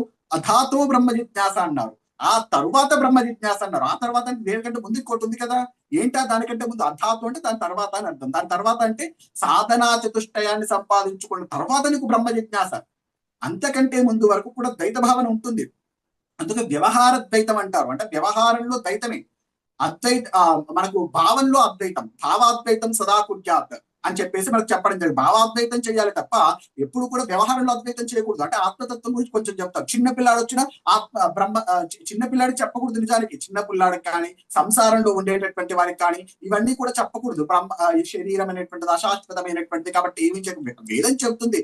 వేదం ఏం చెప్తుంది? నువ్వు అర్థ కామ పురుషార్థాలన్నింటి, ధర్మార్థ కామ మోక్ష పురుషార్థాలన్నింటినీ కూడా సాధించాలని చెప్తుంది. అవన్నీ వద్దు, మోక్షానికే వెళ్ళమని ఏం చెప్పట్లేదు. మనకు అర్థం చేసుకోవడంలో లోపం, అక్కడే మనకు క్లారిటీ అనేటువంటిది మిస్ అవుతుంది. సో కాబట్టి మనకి ఏం చెప్తున్నారంటే, వాళ్ళకు ఒక్క విషయం తెలుసుకొని అంతా తెలిసినట్టుగా భ్రమ పడిపోయేటటువంటి హిందువులు పెరిగిపోయారు. ఒక ధ్యానం ఏదో నేర్చుకుంటాడు ఎక్కడో, ధ్యానం నేర్చుకునేది అంతా ధ్యానం అండి, మిగతావన్నీ వృధా అండి. నువ్వెవడు చెప్పడానికి? భక్తి అనేటువంటిది వృధాలు అవుతుంది, ధ్యానం ఒక్కటే ఇక జీవితానికి సార్థకం ఎట్లా అవుతుంది? అంటే అలాంటి అపోహలు అనేటువంటివి హిందువుల్లో ఉన్నాయి. ఒక్కటి నేర్చుకుని అదేక జీవితం అన్నట్టుగా అందరు వచ్చిన వాళ్ళకల్లా అదే బోధించాలి. ఎవరికి ఏది బోధించడానికి ఉంటుంది, అంటే ఎవరికి ఏది బోధించాలి అనేటువంటి నియమం ఉంటుంది. కాబట్టి ఎవరికి ఏది బోధించాలి అనేటువంటిది మనం తెలుసుకోవాలి. తర్వాత అటువంటి మనస్తత్వం అనేటువంటిది ఉండకూడదండి హిందువులకి. తర్వాత ఇంకొకటి జాడ్యం ఏంటంటే, అన్ని మతాలు ఒక్కటే అనేటువంటి ఒక జాడ్యం ఉంది హిందువులకు మాత్రమే. ఇక ఏ మతం అనదు, ఏ మతం కూడా తన మతమే గొప్పదంటుంది. కానీ ఒక హిందువులకు మాత్రం అన్ని మతాలు చెప్పేది ఒకటే అండి. చదివావా నువ్వు? చదవకుండా ఎలా మాట్లాడుతున్నావు అన్ని మతాలు ఒకటే అని చెప్పేసి? అన్ని మతాల్లో మన యొక్క సనాతన ధర్మం కలుస్తుందా? అంటే అన్ని మతాలు ఒకటే అని చెప్పడానికి నువ్వు బైబిల్ చదివి ఉండాలి, ఖురాన్ చదివి ఉండాలి, బౌద్ధానికి సంబంధించినటువంటి పుస్తకాలు చదవాలి. చదివినప్పుడు మాత్రమే అన్ని మతాలు ఒకటే అనేటువంటి మాట చెప్పు. నువ్వు అది చదవలేదు కదా, కనీసం హిందూ గ్రంథాలు ఎన్ని చదివావు నువ్వు? అలా ఎలా చెప్తావు? అంటే ఆయన చెప్పడానికి కారణం ఏమిటి అంటే, మనకు ఒక అపోహ అనేటిది. మనకు పెద్దలు చెప్తారు చూడ, తావత్ గచ్చతి శాస్త్రాన్ని జంబూకా విపినేయథ నగచ్చతి జటాస్ఫోటాత్ యావత్ వేదాంత కేసరి అంటారు. ఎప్పుడైతే సనాతన ధర్మం అనేటువంటిది గర్జించదో, ఒక సింహం అనేటువంటిది ఒక్కసారి జూలు విదిలించి కనుక ఒకసారి గర్జించింది అనుకోండి, ఎటువంటి నక్కలైనా కానీ దూరంగా వెళ్ళిపోతాయి. అలాగే అటువంటి ఒక్కసారి సనాతన ధర్మం అనేటువంటి సింహం ఇప్పటి వరకు సైలెంట్ గా ఉంది. మనం అంగీకరిస్తున్నాం, వాళ్ళు చెప్పినటువంటి సరే పోనీలే పోనీలే పోనీలే అని చెప్పేసి అంగీకరిస్తున్నాం.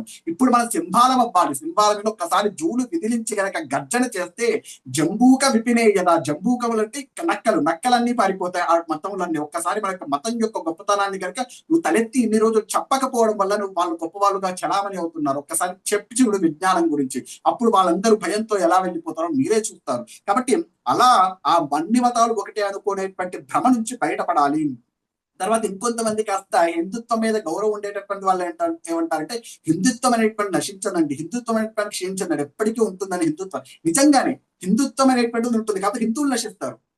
హిందుత్వం ఉంటుంది, హిందువులు అనేటువంటి వాళ్ళు ఉంటారు. మనం చూస్తూ ఉన్నాం కదా. ఇప్పుడు మనకు ఇంత ముందుకు ఆఫ్ఘనిస్తాన్ మనదే ఉండేది, ఏమైపోయింది? పాకిస్తాన్ ఏమైపోయింది?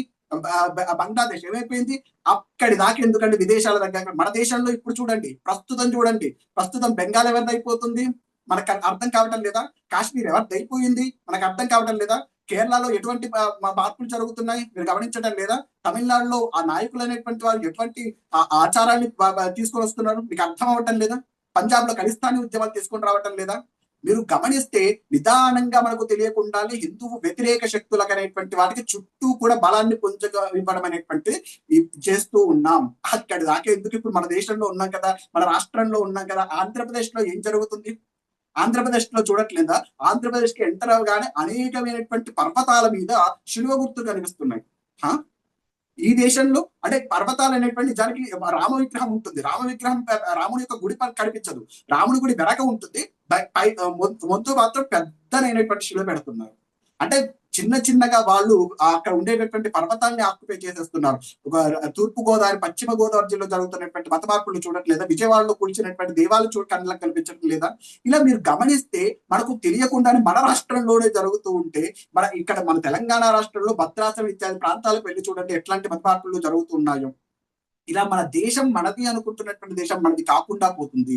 మీరు ఆలోచన చేయాలి ఒక్కసారి. అంటే ఇలా మనకు ఉండేటటువంటి హిందుత్వానికి చావు లేదు అంటే నిజానికి హిందుత్వానికి చావు లేదు, ఎటర్నల్. అందుకే సనాతనం అన్నాం. సనాతనం అంటే శాశ్వతమైనటువంటిది అని అర్థం.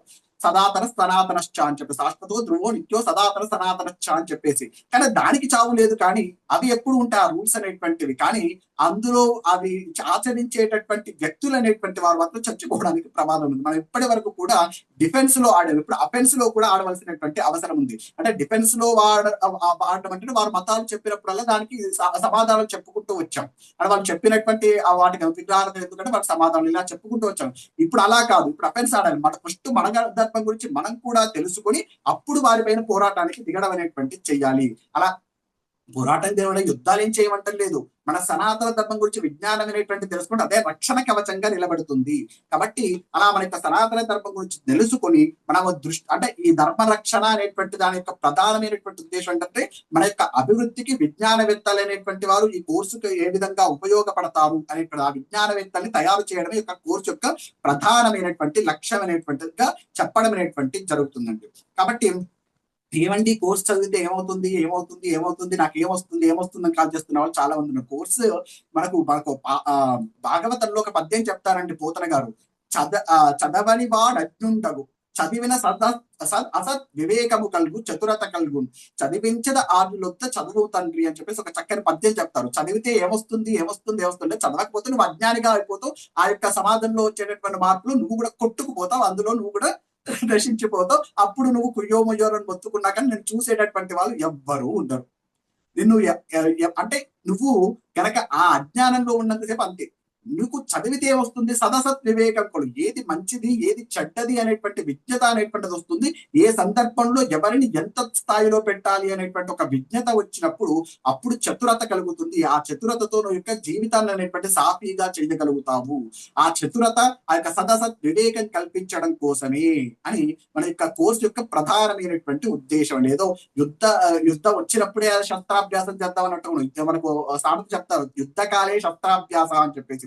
యుద్ధం ఇప్పుడు రాలేదు కదండి, మనం శస్త్రాభ్యాసం ఎందుకు చేయాలి అని కూర్చోకూడదు కదా. ఎప్పుడు కూడా నిరంతరం కూడా శస్త్రాభ్యాసం చేస్తూ ఉంటే ఆ శస్త్రములు ఎలా వాడాలో ఉపయోగిస్తూ ఉంటుంది. ప్రాక్టీస్ లో ఉంటుంది. ప్రాక్టీస్ మేక్స్ మ్యాన్ పర్ఫెక్ట్, అంతే కదా.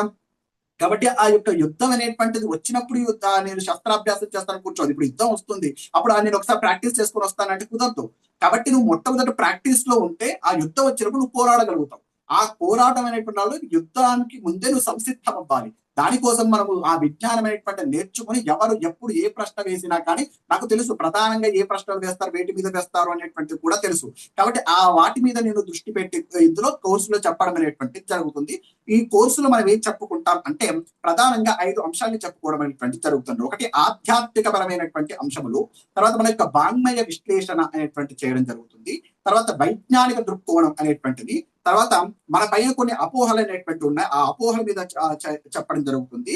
తర్వాత ఇతర మతాలకు మన మతాలకు తేడా, కంపారిటివ్ రిలీజియన్ స్టడీ అంటారు చూసారా, అటువంటిది కూడా చెప్పడం అనేటువంటిది జరుగుతుంది. ఆధ్యాత్మికతలో ఏం చెప్పుకుంటాం అంటే మనది మతమా, ధర్మమా, లేకపోతే హిందూ అనొచ్చా, సనాతనమా, ఇట్లాంటి కొన్ని ప్రశ్నలు అనేటువంటి ఉంటాయి. ఈ విచిత్రం ఏంటంటే చిన్న చిన్న విషయాలు కూడా రెండుగా విడిపోవడం అనేటువంటిది హిందువులకే సాధ్యం. త్వరగా విడిపోతారు. ఏమిటి, ఒకడు హిందూ అంటాడు, ఒకడు సనాతన అంటాడు. నువ్వు హిందూ అంటున్నావు కాబట్టి నువ్వు నా పార్టీ కాదు, నువ్వు సనాతనం అంటున్నావు కాబట్టి నువ్వు నా పార్టీ కాదు. ఇద్దరు విడిపోయి ఇద్దరు వేరు వేరుగా ఒకే లక్ష్యం కోసం ప్రయత్నం చేస్తారు. వాడు ఇద్దరినిట్లో ఒకటి ఫస్ట్ కొట్టేస్తాడు, తర్వాత ఇంకొకటి కొట్టేస్తాడు. అంటే నిదానంగా ఏంటంటే హిందూ సనాతనం అనేటువంటి మనం అన్ని కూడా చర్చ చేస్తాం. అసలు హిందూ అనేటువంటి పదం ఏమిటి, మతం అనేటువంటిది ఏంటి, ధర్మం అనేటువంటిది ఏమిటి, ఇట్లాంటి అనేకమైనటువంటి విషయాల మీద కూడా చర్చ చేయడం అనేటువంటి జరుగుతుంది. తర్వాత దేవుడు అనేటువంటి అంశం, ప్రతి ఒక్క మతానికి కూడా ఉండేటటువంటి దేవుడు. అసలు దేవుడు అనేటువంటి వాడు విగ్రహంగా ఎలా ఆరాధన చేయబడతాడు, అంతటా నిండిపోయినటువంటి పరమాత్మ ఎవరు, ఇట్లాంటి అనేకమైనటువంటి విషయాలు. అంటే ఆ దేవుళ్ళు కూడా అనేకమైన, పరబ్రహ్మం అంటాం ఒకసారి, పరమాత్మ అంటాం ఒకసారి, భగవానుడు అంటాం ఒకసారి, దేవుడు అంటాం ఒకసారి, దేవ అంటాం ఒకసారి. ఏంటివన్నీ నిజంగా అన్ని ఒకటేగా వాడాలా, లేకపోతే వేరు వేరు ఏమైనా అర్థాలు ఉన్నాయా, అసలు ఎందుకు ఇలా వాడడం జరిగింది? శాస్త్రంలో ఏది కూడా ఒకటి వాడారంటే ఊరికే వాడరండి. దాంట్లో ఒక అర్థం ఉంటుంది. ఎప్పుడు భగవాన్ అని వాడతారు, ఎప్పుడు పరమాత్మ అని వాడతారు, ఇక్కడ పరబ్రహ్మం అని వాడతారు. దానికి ఒక నియమం ఉంది. అది చాలా మందికి తెలియదు హిందువుల్లోని. కాబట్టి అసలు దేవుడు అనేటువంటి కాన్సెప్ట్ ఏ విధంగా ఎవల్యూట్ అయింది మన యొక్క సనాతన ధర్మంలో అనేటువంటిది కూడా మనం చెప్పుకోవడం జరుగుతుంది. తర్వాత ప్రధానమైనటువంటి సిద్ధాలు మన సనాతన ధర్మంలో ఎవరు సంబంధించినటువంటి వాళ్ళైనా 3 సిద్ధాంతాలకు సంబంధించిన ఇది బ్రహ్మసూత్రం ఆధారంగా ఏర్పడినటువంటివి. బ్రహ్మసూత్రములో భాష్యం రాస్తూ శంకర భగవత్పాదులు వారు, రామానుజాచార్యులు, మధ్వాచార్యులు వారు భాష్యం రాశారు.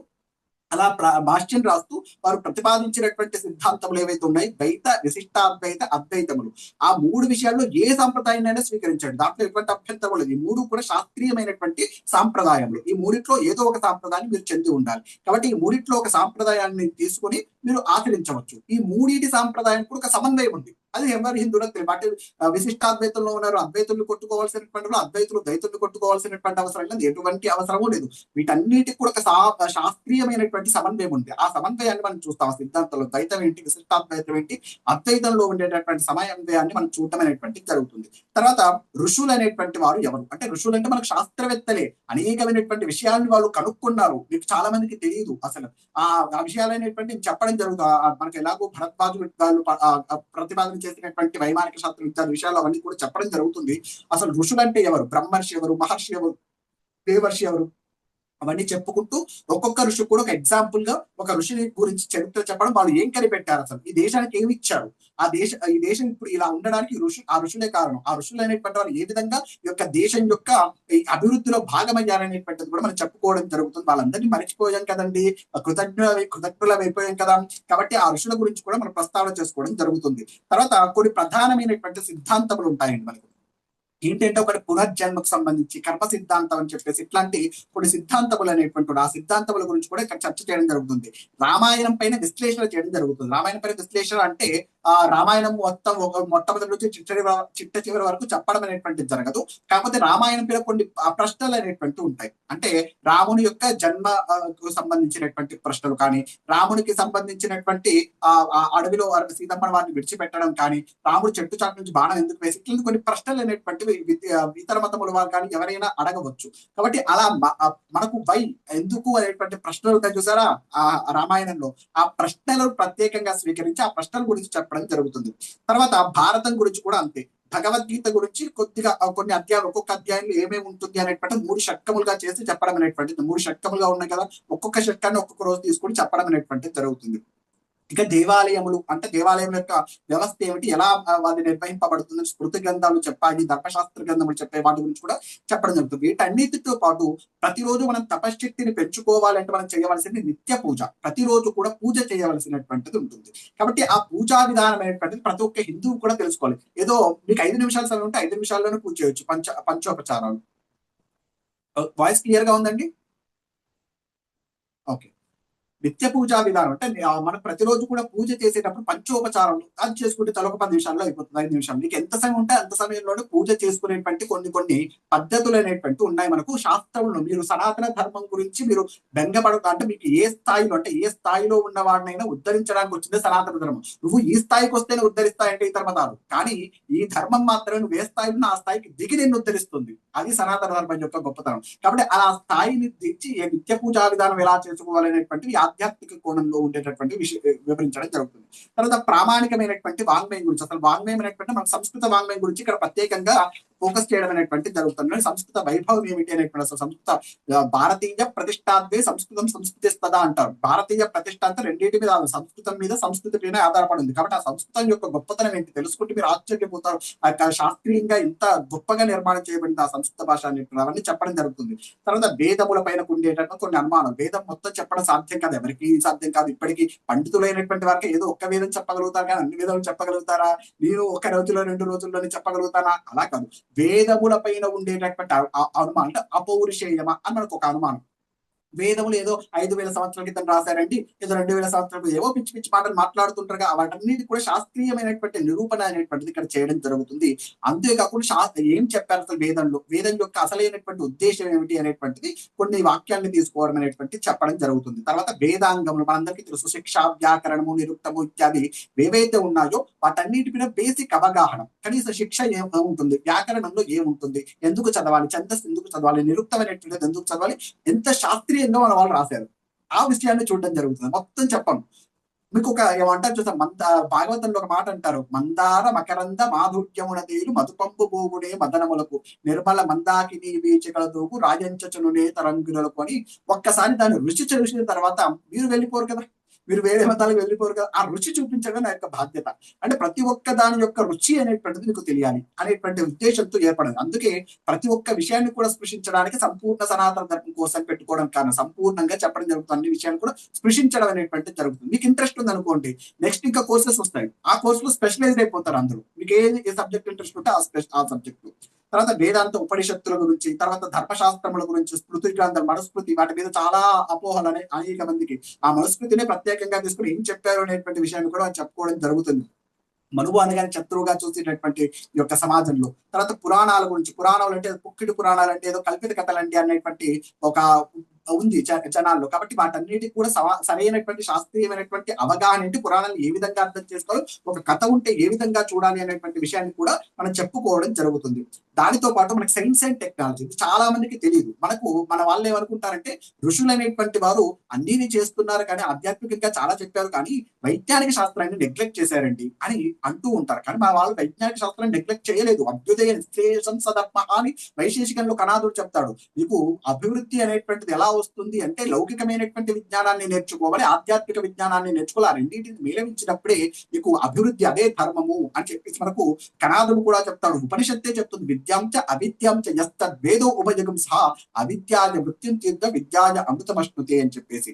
విద్య అంటే ఆధ్యాత్మిక విద్య, విద్య అంటే లౌకిక విద్య. లౌకిక విద్యను రెండింటిని కూడా నేర్చుకొని లౌకిక విద్య ద్వారా అలౌకిక విద్యకు చేరుకోవాలి అని చెప్పేసి మనకు ఉపనిషత్తు కూడా చెప్తుంది. కాబట్టి ఆ సైన్స్ అండ్ టెక్నాలజీ మన వాళ్ళు ఇక్కడ నెగ్లెక్ట్ చేయలేదు. అట్లు ఉపవేదముల ఆయుర్వేదము, ఆ విషయాలు మనందరికీ తెలియదు. ఆయుర్వేదంలో అనేకమైనటువంటి రహస్యాలు చెప్పడం, ఆ విషయాలు కూడా చెప్పడం జరుగుతుంది. ఆయుర్వేదం ఒక 3 రోజులు పడుతుంది, 3 నుంచి 4 రోజులు. అంటే మొత్తం చెప్పం కాబట్టి ఒక టూకీగా చెప్పడం అనేటువంటిది జరుగుతుంది. ఆయుర్వేదము, ధనుర్వేదము, గాంధర్వ వేదము, స్థాపత్య వేదము, ఈ వేదముల గురించి కొద్దిగా ప్రస్తావన చేయడం అనేటువంటిది జరుగుతుంది. తర్వాత ఫిజిక్స్, ఇది మామూలుగా సైన్స్ కి సంబంధించిన, ఫిజిక్స్ కి సంబంధించినటువంటి న్యాయ వైశేషికాల్లో ఫిజిక్స్ అనేటువంటిది ఎలా ఉంది, న్యాయ వైశేషికాలు చెప్పబడినటువంటి భాష్యాల్లో ఫిజిక్స్ అనేటువంటిది ఎలా ఉంది, రసాయన శాస్త్రం, రసరత్నాకరం, రసరత్న సముచ్చయం, కక్షపుటతంత్రం ఇత్యాది గ్రంథములు అనేటువంటి ప్రామాణికంగా స్వీకరించి అసలు మన వాళ్ళు ఎంత గొప్పగా అభివృద్ధి చెందారు, ఎటువంటి రసాయనాలను తెలిస్తే ఆశ్చర్యపోతారు. ఇప్పటి కొన్నిటిని డీకోడ్ కూడా మనం చేయలేకపోతున్నాం. చాలా గొప్పనైనటువంటి ప్రతిపాదనలు చేశారు కానీ వాటిని డీకోడ్ కూడా చేయలేకపోతున్నాం. అవన్నీ కూడా ఇక్కడ చర్చించడం అనేటువంటి జరుగుతుంది. గణితానికి సంబంధించినటువంటి చర్చ. తర్వాత ఇంజనీరింగ్ సబ్జెక్ట్ బృహత్ సంహిత, యంత్ర నిర్మాణ సర్వస్వం, భరద్వాజ వైమానిక శాస్త్రం. అంటే అఫ్ కోర్స్ యంత్ర నిర్మాణ సర్వస్వం భరద్వాజ వైమానిక శాస్త్రంలో ఒక చాప్టర్ అనుకోండి, 50th చాప్టర్. సరే, ఆ విషయాలన్నింటి కూడా మనం చెప్పుకుంటాము. కాబట్టి అవన్నీ కూడా చెప్పుకోవడం అనేటువంటిది జరుగుతుంది. వాటితో పాటు సృష్టి అనేటువంటిది ఎలా ఏర్పడింది అనేటువంటి విషయాన్ని కూడా చెప్పుకుంటాం. తర్వాత మనకు ధర్మం పైన ఉండేటటువంటి అపోహలు, సనాతన ధర్మం పైన కొన్ని అపోహలు అనేటువంటి ఉన్నాయి. ఎప్పుడైనా చూడండి, మన ధర్మ వ్యతిరేక శక్తులు మాట్లాడేటటువంటి 3 విషయం, అంతకు మించి వాళ్ళకి మాట్లాడడానికి ధర్మం గురించి వేరే ఏముండవు. ఒకటి వర్ణ వ్యవస్థ లేదా వర్ణ వ్యవస్థకు సంబంధించినటువంటి అస్పృశ్యత కానివ్వండి, లేకపోతే ఈ ఏదో పట్టణాలుగా విభాగం చేయడం కానీ, కులాలు, ఇవన్నీ కూడా మనకు వర్ణకుల వ్యవస్థ దీని ఒక్క దాని గురించి మాట్లాడతారు. రెండవది స్త్రీ వివక్ష. అంటే ఇప్పుడు మీరు సతీ సహగమనం తీసుకున్నా, ఇంకా తంతు వివాహాలు ఇవేవి తీసుకున్నా కానీ స్త్రీ వివక్షలోకి వచ్చేస్తాయి. అంటే ఈ 2 విషయాలు మినహాయించి వాళ్ళు మాట్లాడడానికి వేరే విషయాలు ఏం లేవు. నిజంగా చూడండి, మీరు ఎక్కడైనా గమనించిన ధర్మ వ్యతిరేక శక్తులు మాట్లాడితే ఈ 2 విషయముల గురించి మాత్రమే మాట్లాడతారు. ఇక అంటే మీరు ఎంత గొప్ప విషయాన్ని చెప్పండి, అంత గొప్ప విషయాలు ఉన్నాయని ఒప్పుకోవడానికి ఇష్టపడ్డు ఆ విషయాన్ని వెంటనే లాక్కొచ్చి వీటికి ముడి పెడతాడు. వర్ణ వ్యవస్థ ఉంది, కుల వ్యవస్థ ఉంది, అస్పృశ్యత ఉందని వీటికి ముడి పెడతాడు. అంటే ఇంత గొప్ప విషయాలు ఉన్నా కానీ మాకు సంబంధం లేదు, ఎందుకంటే ఇది ఉంది కాబట్టి. ఎంత విచిత్రం చూడండి. దాన్ని మనం ఇన్నాళ్ళ నుంచి అంగీకరిస్తూ వస్తున్నాం. కానీ వాటిలో కూడా ఎలా నిర్మాణం చేస్తారు, అసలు వర్ణ వ్యవస్థ, కుల వ్యవస్థ ఎలా ఏర్పడింది, అసలు మన ఉపనిషత్తుల్లో, మన యొక్క వేదముల్లో ఎలా చెప్పబడింది అనేటువంటి విషయాన్ని కూడా మనం చర్చించడం. చాలా డెలికేట్ సబ్జెక్ట్స్ అన్నట్టు, చాలా జాగ్రత్తగా మాట్లాడాల్సినటువంటి సబ్జెక్ట్. వాటిని కూడా మనం చర్చ చేస్తాము. అవి ఎంత శాస్త్రీయంగా మన వాళ్ళు చేశారనేటువంటిది మీకు చూపిస్తాను, మీరు ఆశ్చర్యపోతారు. అసలు వర్ణం అనేటువంటిది ఏంటి, అసలు దాని గురించినటువంటి విషయాలను కూడా చెప్తే మీరు అప్పుడు తెలుస్తుంది అసలు వర్ణ వ్యవస్థ అనేటువంటిది ఎంత అపోహలకు మనం గురై ఉన్నాము అని చెప్పేసి. అవి కూడా మనం ఎక్కడి నుంచి తీసుకోండి, మనుస్మృతిలో నుంచే తీసుకుంటాం మీకోసం. మనుస్మృతిలో నుంచే తీసుకొని చూపిస్తాను, ఉపనిషత్తులో నుంచే తీసుకొని చూపిస్తాను. ఆ మనుస్మృతి విందే కదా అన్ని అపోహలు. అవన్నీ మీకు చూపించడం అనేటువంటి జరుగుతుంది. తర్వాత స్త్రీ వివక్ష గురించి కూడా, అంటే స్త్రీ పైన నిజంగా వివక్ష చూపించాడా, మనువు చూపించాడంట, మనుతత్వ శాస్త్రం నుంచి ఇది కూడా తీసుకోవడం అనేటువంటిది జరుగుతుంది. తర్వాత యజ్ఞం పైన కొంత అవగాహన కల్పించడం అనేటువంటిది జరుగుతుంది. ఇది మాత్రమే కాకుండా అసలు అసలైనటువంటి చరిత్ర ఏమిటి అనేటువంటిది కూడా మనం చెప్పడం అనేటువంటిది. ఇప్పటికీ యూరోపియన్ దృష్టికోణంలో చూస్తున్నాం చరిత్రను. మన యొక్క దృష్టికోణంలో అసలు చరిత్ర ఏమిటి ఎప్పుడు తెలుసుకుంటాం? చెప్పుకోవడమేనా? ఎప్పుడు వాళ్ళు చరిత్ర రాస్తున్నారు, వాళ్ళు చరిత్ర రాసుకున్నాం. మన చరిత్ర నిర్మాణం చేసుకోకూడదా? అటువంటి చరిత్ర మనం నిర్మాణం చేసుకున్నాం. అటువంటి చరిత్ర అనేటువంటిది కూడా మనం ఇక్కడ చర్చ చేయడం అనేటువంటిది జరుగుతుంది. వాటితో పాటు ఇతర మతాల గురించి కూడా కొద్దిగా చెప్పుకోవడం జరుగుతుంది. అంటే క్రైస్తవంలో ఏముంటుంది, అసలు ప్రధానమైనటువంటి సిద్ధాంతం ఏంటి, ఇస్లాంలో ఉండేటటువంటి ప్రధానమైనటువంటి సిద్ధాంతం ఏంటి, వాళ్ళు వేటిని ఆధారం చేసుకుని మన పైన దాడులు చేస్తూ ఉన్నారు, అసలు వాళ్ళకి ఎలా కౌంటర్ ఇవ్వచ్చు అనేటువంటి విషయాన్ని కూడా ఇక్కడ చెప్పడం అనేటువంటిది జరుగుతుంది. అది కూడా మనం తెలుసుకోవాలి. ఎందుకంటే వాడు వచ్చినప్పుడు అడిగినప్పుడు మనం ఏదో నోట్లు నీళ్లు నవలాం అనుకోండి, వాడికి అది అవకాశం అవుతుంది. అట్లా ఉండకూడదు. వాడు అడిగిన దానికి ప్రతి సమాధానం చెప్పేటటువంటి, వాళ్ళు అడిగేవి కూడా పెద్ద ప్రశ్నలు, అడిగిన ప్రశ్నలే రిపీటెడ్ గా అడుగుతారు. వాళ్ళు అడిగేటటువంటి ప్రశ్నలు ఒక 10-15 ఉంటాయి అంతే. ఆ 10-15 కనుక కొట్టేసామనుకోండి, ఏమీ ఉండవు వాళ్ళ దగ్గర ప్రశ్నలు అనేటువంటి. ఎందుకంటే వాడికి తెలియదు కదా, మనమే చదువుకోవడానికి చాలా ఇబ్బంది పడుతున్నాం. మన హిందూ ధర్మం వాడు చదువున్నాడా, ఆ పుస్తకాలు ఉన్నాయా? కాబట్టి సరే, అంటే వాళ్ళు నిజంగా రంధ్రాన్వేషణ కోసం చదువుతారు. చదివినా కానీ రంధ్రాన్వేషణ కోసం చదువుతారు కాబట్టి తెలుసుకోవడానికి చదవరు కదా. కాబట్టి ఆ విషయాలన్నీ కూడా మనం చెప్పుకోవడం జరుగుతుంది. తర్వాత మనలో బలహీనతలు ఏమిటి, వాటిని అధిగమించి ఏ విధంగా మన యొక్క కర్తవ్యోన్ముఖలం అవ్వాలి అని చెప్పేసి దానికోసం ఈ యొక్క కోర్స్ అనేటువంటిది ఏర్పాటు చేయడం అనేటువంటిది జరిగింది. ఈ విధంగా సిలబస్ అనేటువంటిది ఏర్పాటు, ఇలా సిలబస్ అనేటువంటిది ఇంకా పరిపూర్ణంగా చేయడానికి మధ్యలో ఇంకేమైనా సిలబస్ యాడ్ చేయాలంటే కూడా వాటిని యాడ్ చేయడం జరుగుతుంది. ప్రత్యేకంగా ప్రజెంట్ బేసిక్ గా ఉండేటటువంటి సిలబస్ గా మనం నిర్ణయం చేసుకున్నాం. దీనికి ఒక 3 months దాకా పట్టొచ్చండి. 2 to 3 months అనేటువంటిది మినిమం పడుతుంది. 2 to 3 months అనేది చాలా తక్కువ సమయం యాక్చువల్ గా. కాబట్టి 2 to 3 months అనేటువంటి చాలా తక్కువ సమయం. కాకపోతే ఒకవేళ మీరు 3 months కంటిన్యూగా హాజరవ్వలేనని చాలా మంది అనుకుంటున్నారు. ఆ కారణం చేత మనం ఏం చేద్దాం అంటే ఒక 1 month అలా ఇచ్చుకుంటూ చేద్దాం. 1 month తర్వాత కొద్దిగా ఒక వీక్ రెస్ట్ తీసుకుందాం, వాటి చిన్న ఎగ్జామ్ పెట్టుకుందాం, లేకపోతే చిన్నగా డిస్కషన్ చేసుకుందాం, వాడి గురించి ఏమైనా ఆలోచన చేద్దాం, వాటి గురించి ఏమైనా చర్చలు చేద్దాం. అలా అంటే వీరున్నటువంటి వాళ్ళు ఒక 1 month ఇలా కోర్స్ అనేటువంటిది 3 months కానీ 2 months కానీ ఉండడం అనేటువంటిది జరుగుతుంది. ఈ విధంగా మనం ఈ కోర్స్ అనేటువంటిది నిర్మాణం చేయాలి. ఒక 3 months మాత్రం ఉండొచ్చు. దీంట్లో మనము మెటీరియల్ అంటే ఇప్పుడు ప్రజెంట్ చేస్తున్నటువంటి పీపీటీస్ అన్ని ఇవ్వడం జరుగుతుంది. మీరు కంగారు పడి పీపీటీస్ లో ఉండే రాసుకోవాల్సినటువంటి అవసరం లేదు. రాసుకుంటే రాసుకోండి. తర్వాత రికార్డింగ్స్ అనేటువంటిది కొంతమంది క్లాసెస్ మిస్ అయ్యేటటువంటి అవకాశం ఉంటుంది. అందరూ హాజరయ్యేటటువంటి అవకాశం ఉండదు కదా.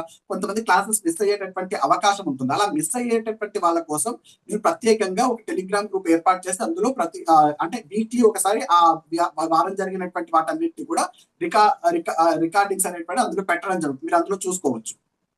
అన్ని శనివారం అనేటువంటి అప్లోడ్ అయిపోతాయి. అందులో మీకు చెప్పబడినటువంటి ఆ వారంలో జరిగినటువంటి క్లాసెస్ అన్ని కూడా వీలైతే రోజుకు రోజు చేస్తాను, శనివారం అయితే కంపల్సరీగా అవుతాయి.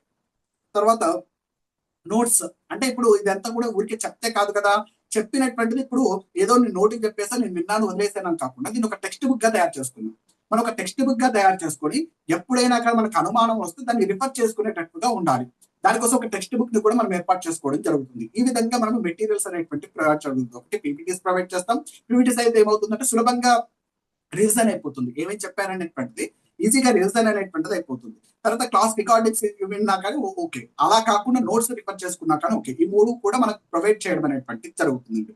తర్వాత ఈ యొక్క కోర్స్ అనేటువంటి 3 months కేటాయించాలి కాబట్టి దీంట్లో ఒక 2000 రూపీస్ గా పెట్టడం అనేటువంటిది జరిగింది. దీని యొక్క కోర్స్ యొక్క ఫీ వచ్చేసరికి 2000 రూపీస్ గా పెట్టడం అనేటువంటిది జరిగింది. ఒకవేళ లేదండి నీ యొక్క ఆర్థిక స్తోమత అనేటువంటిది, సో 2000 రూపీస్ కూడా నేను పే చేయలేరు. ఎందుకంటే నేను చెప్పాను, ఆర్థికంగా బలహీనంగా ఉన్నటువంటి వాళ్ళు, బలహీనులుగా చేసినటువంటి వారు ఉన్నారు. కాబట్టి నిజంగా ఆ 2000 కూడా పే చేయలేను అంటే నాకు మెసేజ్ పెట్టండి పర్సనల్ గా, పర్వాలేదు. ఖచ్చితంగా నాకు ప్రధానమైనటువంటి ఉద్దేశం అందరూ సనాతన ధర్మం గురించి తెలుసుకోవాలనేటువంటి ప్రధాన విషయం. ధనం కూడా ఎందుకోసం అంటే మాకు కూడా ఈ 3 నెలలు సమయాన్ని పూర్తిగా కేటాయించి వీటి మెటీరియల్ తయారు చేసి వీటన్నిటికి సంబంధించినటువంటి వాటిని చెయ్యాలి. నేను అనుకున్నటువంటి అవేక్ భారత్ ఫౌండేషన్ యొక్క లక్ష్యాలకి చేరువ కావాలి అంటే వాటికి కావాల్సినటువంటి ధనం అనేటువంటిది సమకూరాలి అనేటువంటి కారణం చేత మాత్రమే ఈ యొక్క ధనం అనేటువంటిది పెట్టబడింది. అది గుర్తించాలి. ఎందుకంటే మనకు హిందువుల్లో ఏంటంటే దేవాలయానికి ఇవ్వమంటే ఇస్తారు, కానీ ఏదైనా ఎవరైతే సనాతన ధర్మం కోసం పాటుపడుతున్నారో అటువంటి సంస్థలకి ఏమంటే చాలా వెనక్కి వెళ్తారు. ఏదో నిజంగా కూడా ఇది నేను దానంగా కూడా అడగట్లేదు, దక్షిణగా అడుగుతున్నాను. దానంగా ఇస్తే పాపం, దానంగా పుచ్చుకుంటే పాపం వస్తుంది. దక్షిణగా తీసుకుని, ఎందుకంటే గురుదక్షిణ అనేటువంటిది మనకు సాంప్రదాయంగా వస్తున్నటువంటిది. దానంగా పుచ్చుకున్నాం అనుకోండి, దానివల్ల పాపం వస్తుంది, దానికి ప్రాయశ్చిత్తం చేసుకోవాలి. కానీ ఇది దక్షిణగా స్వీకరించాలనేటువంటిది జరుగుతుంది. ఒకవేళ నిజంగా ఇవ్వలేము అన్న వాళ్ళు పర్వాలేదు, నాకు మెసేజ్ పెట్టండి. కాకపోతే సనాతన ధర్మ కోర్సుని ప్రతి ఒక్కరు కూడా హిందువు తెలుసుకుని ప్రచారం చేసి, ఇంకా ఎవరైనా ఆసక్తిగా ఉన్నా కూడా ఇంకా మన కోర్సు ప్రారంభం అవ్వలేదు కాబట్టి మనకు ఆ వాటికి గురించి ప్రచారం చేసి సాధ్యమైనంత మందిని జాయిన్ చేసేటటువంటి ప్రయత్నం. ఎందుకు ఇంత పట్టుబడి చేస్తున్నాను అంటే, నాకు ఎప్పుడైతే ఆ యొక్క సనాతన ధర్మ వ్యతిరేక శక్తులు అనేటువంటి వారు పట్టుబట్టి నా యొక్క వాట్సాప్ గ్రూప్ ని క్లోజ్ చేశారో, నా యొక్క సనాతన ధర్మాన్ని ప్రచారం చేయడానికి అడ్డుకట్ట వేశారు, దానికి నేను పట్టుదలతో ఉన్నాను. పట్టు పట్టారాదు, పట్టి విడవారాదు, పట్ట నీల విగే పట్టవలియు, పట్టి విడుచుట కంటే పరగ చచ్చుట మేలు, విశ్వదాభిరామ విదరవేమ అన్నట్టుగా వాడు ఎంత పట్టుదలతో నా యొక్క సనాతన ధర్మ కోర్సుని వ్యతిరేకించి నా గ్రూప్ ని క్లోజ్ చేయించి దానిపైన అనేకమైనటువంటి వ్యతిరేక పోస్టులు వాళ్ళ ఫేస్బుక్ లలో చాలా కామెడీగా పెట్టుకున్నారో, వాటికి ఇంకా పట్టుదల ఎక్కువైపోయి ఇంకెక్కువ మందిని చేయించాలి అనేటువంటి పట్టుదలతో ఉన్నాను నేను. సరే చూద్దాం ఎంతమంది జాయిన్ అవుతారో. నేను మాక్సిమం మనకు కోర్సు స్టార్ట్ అయితే నెక్స్ట్ వీక్ కొద్దిగా కష్టం అవుతుందండి. ఆ నెక్స్ట్ వీక్ 24th కి మనకు స్టార్ట్ అయ్యేటువంటి అవకాశం ఉంటుంది. 24th కి మనకు కోర్సు స్టార్ట్ చేస్తాం. ఆ సమయంలోపు ఎంత మందిని వీలైతే అంత మందిని జాయిన్ చేసేటటువంటి ప్రయత్నం చేసి ఈ యొక్క సనాతన ధర్మం యొక్క వైభవాన్ని అందరూ తెలుసుకునేటట్టుగా చెయ్యాలి అని చెప్పేసి మనకు మీ అందరికీ కూడా విజ్ఞప్తి చేస్తూ నేను మంగళం చెప్తాను. మన ప్రశ్నలు ఉంటే తీసుకుంటాం. ప్రతిరోజు కూడా ఉంటుంది ప్రశ్నల సెషన్. మన క్లాసులలో కూడా ప్రతిరోజు కాన్సెప్ట్ చెప్పడం, దాని మీద ఒక ½ అవర్ కానీ ఒక పావు గంట కానీ క్వశ్చన్ ఆన్సర్ సెషన్స్ అనేటువంటి ప్రతిరోజు కూడా నడుస్తాయి. ఎందుకంటే ఇంతకు వరకు కూడా ప్రవచనకర్తలు అనేటువంటి వారు ఎలా అయిపోయిందంటే వన్ వే ట్రాఫిక్, అంటే ఒకవైపు చెప్పడమే వినడమే తప్ప వాళ్ళను ప్రశ్నలు అడిగేటటువంటి స్వాతంత్రం వాళ్ళకు ఇవ్వలేదు. తర్వాత అంటే వాళ్ళ ప్రశ్నలకు సమాధానం చెప్పేటటువంటి వ్యక్తులు కూడా చాలా తగ్గిపోయారు. ఆ కారణం చేత వన్ వే కాదు, ఇప్పుడు 2 వే. అంటే మీరు ప్రశ్నలు అడగవచ్చు, దానికి సమాధానాలు కూడా ఇవ్వడం అనేటువంటిది జరుగుతుంది. నాకు తెలిసినంత, అన్ని నాకు తెలియలేను కదా, నీ సర్వజ్ఞుని కాదు కదా, నాకు తెలిసినంత మేరలో నేను ఇస్తాను. తెలియకపోతే పుస్తకాలు చూసి చదివి చెప్పి తెలుసుకుంటారు. గురువుని అడిగి నీకు చెప్పేటటువంటి ప్రయత్నం చేస్తాను. ఆ రోజే సమాధానం కావాలని మాత్రం ఎక్స్పెక్ట్ చేయకండి. మాక్సిమం ప్రయత్నం చేస్తాను. నేను చదివినటువంటి మేరలో ఉన్నటువంటి పుస్తకాల్లో ఉండేటటువంటి విజ్ఞానాన్ని ప్రతి ఒక్కదానికి కూడా ఆధారం చూపెట్టాలి. ఎందుకంటే ఊరికే చెప్పాను కాబట్టి ఊరికే మెదడుకు తోచింది కాబట్టి చెప్పకూడదు. నేను చెప్పేటటువంటి ప్రతి ఒక్కదానికి కూడా ఆధారం చూపెట్టాలి. ఇప్పుడు మన విజ్ఞాన శాస్త్రం కూడా ఉంది అంటే కుదరదు. ఇప్పుడు భూమి గుండ్రంగా ఉందని మీ దగ్గర ఎక్కడ చెప్పావు అంటారు, నువ్వు ఆధారం చూపెట్టాలి. ఆ ఆధారం కోసం పుస్తకాలు అనేటువంటి పబ్లిష్ చేయడం, ఇవన్నీ ఇవ్వడం కూడా. కాబట్టి అలా మనం ఏర్పాటు చేసుకోవడం అనేటువంటిది జరుగుతుందంటే, ఒకవేళ నిజంగా ఫీ పే చేయాలంటే ఆర్థిక స్తోమత సరిపోదండి, ఫీ పే చేయ వాళ్ళు ఉంటే నాకు మెసేజ్ చేయవచ్చు అండి, పర్వాలేదు, ఇబ్బంది ఏం లేదు. కానీ ఈ కోర్సు మాత్రం మిస్ అవ్వడానికి ప్రయత్నం చేయకండి. దాదాపుగా ఎందుకంటే ప్రతి ఒక్క హిందూ కూడా తెలుసుకోవాలి అనేటువంటిది. ఇంకేమైనా కావాలి అంటే మీరు ఒకసారి చూడండి, నా యొక్క ఈ నెంబర్ ని సంప్రదించండి. ఇది 6 అంటే 6 to 7 ఆ టైంలో మాత్రమే మీరు కాల్ చేయడానికి ప్రయత్నం చేయండి. ఇది నా యొక్క నెంబర్ 7013453208. ఈ మనోజ్ కుమార్ 456487@gmail.com. ఈ యొక్క దీనికి కూడా మెయిల్ చేయవచ్చు. ఈ నెంబర్ ని మీరు సంప్రదించవచ్చు. ఈ 7013453208. లేదా మీకు ఎవరైతే ఏ గ్రూప్ లో అయితే జాయిన్ అయ్యారో ఆ గ్రూప్ లో ఉండేటటువంటి అడ్మిన్ ఎవరైతే ఉన్నారో వాళ్ళని నేను అక్కడ సంప్రదించవచ్చు. మీరు గ్రూప్ లో జాయిన్ అయి ఉంటారు కదా, ఆ గ్రూప్ లో ఉండేటటువంటి అడ్మిన్ ని కూడా సంప్రదించవచ్చు ఇంకేమైనా ఇన్ఫర్మేషన్ కావాలి అంటే. కాబట్టి అలా మనం ప్రయత్నం చేద్దాం. మన సనాతన ధర్మాన్ని నిలబెట్టుకుని తెలుసుకోవాల్సినటువంటి అవసరం ఉంది. కాబట్టి ఆ తెలుసుకుని, అంటే సమయం కుదరకపోతే మీరు రికార్డింగ్స్ అయినా వినవచ్చు. సార్ దీన్ని కూడా మనం రికార్డింగ్స్ పంపించడం అనేటువంటిది జరుగుతుంది. వీలైనప్పుడు ఈ యూట్యూబ్ లో అప్లోడ్ చేసి నేను రికార్డింగ్స్ పంపించడం కూడా జరుగుతుంది మీ అందరికి కూడా. ఓకేనా? నేను మంగళం చెప్తానే, ప్రశ్నలు ఉంటే తీసుకుంటాను.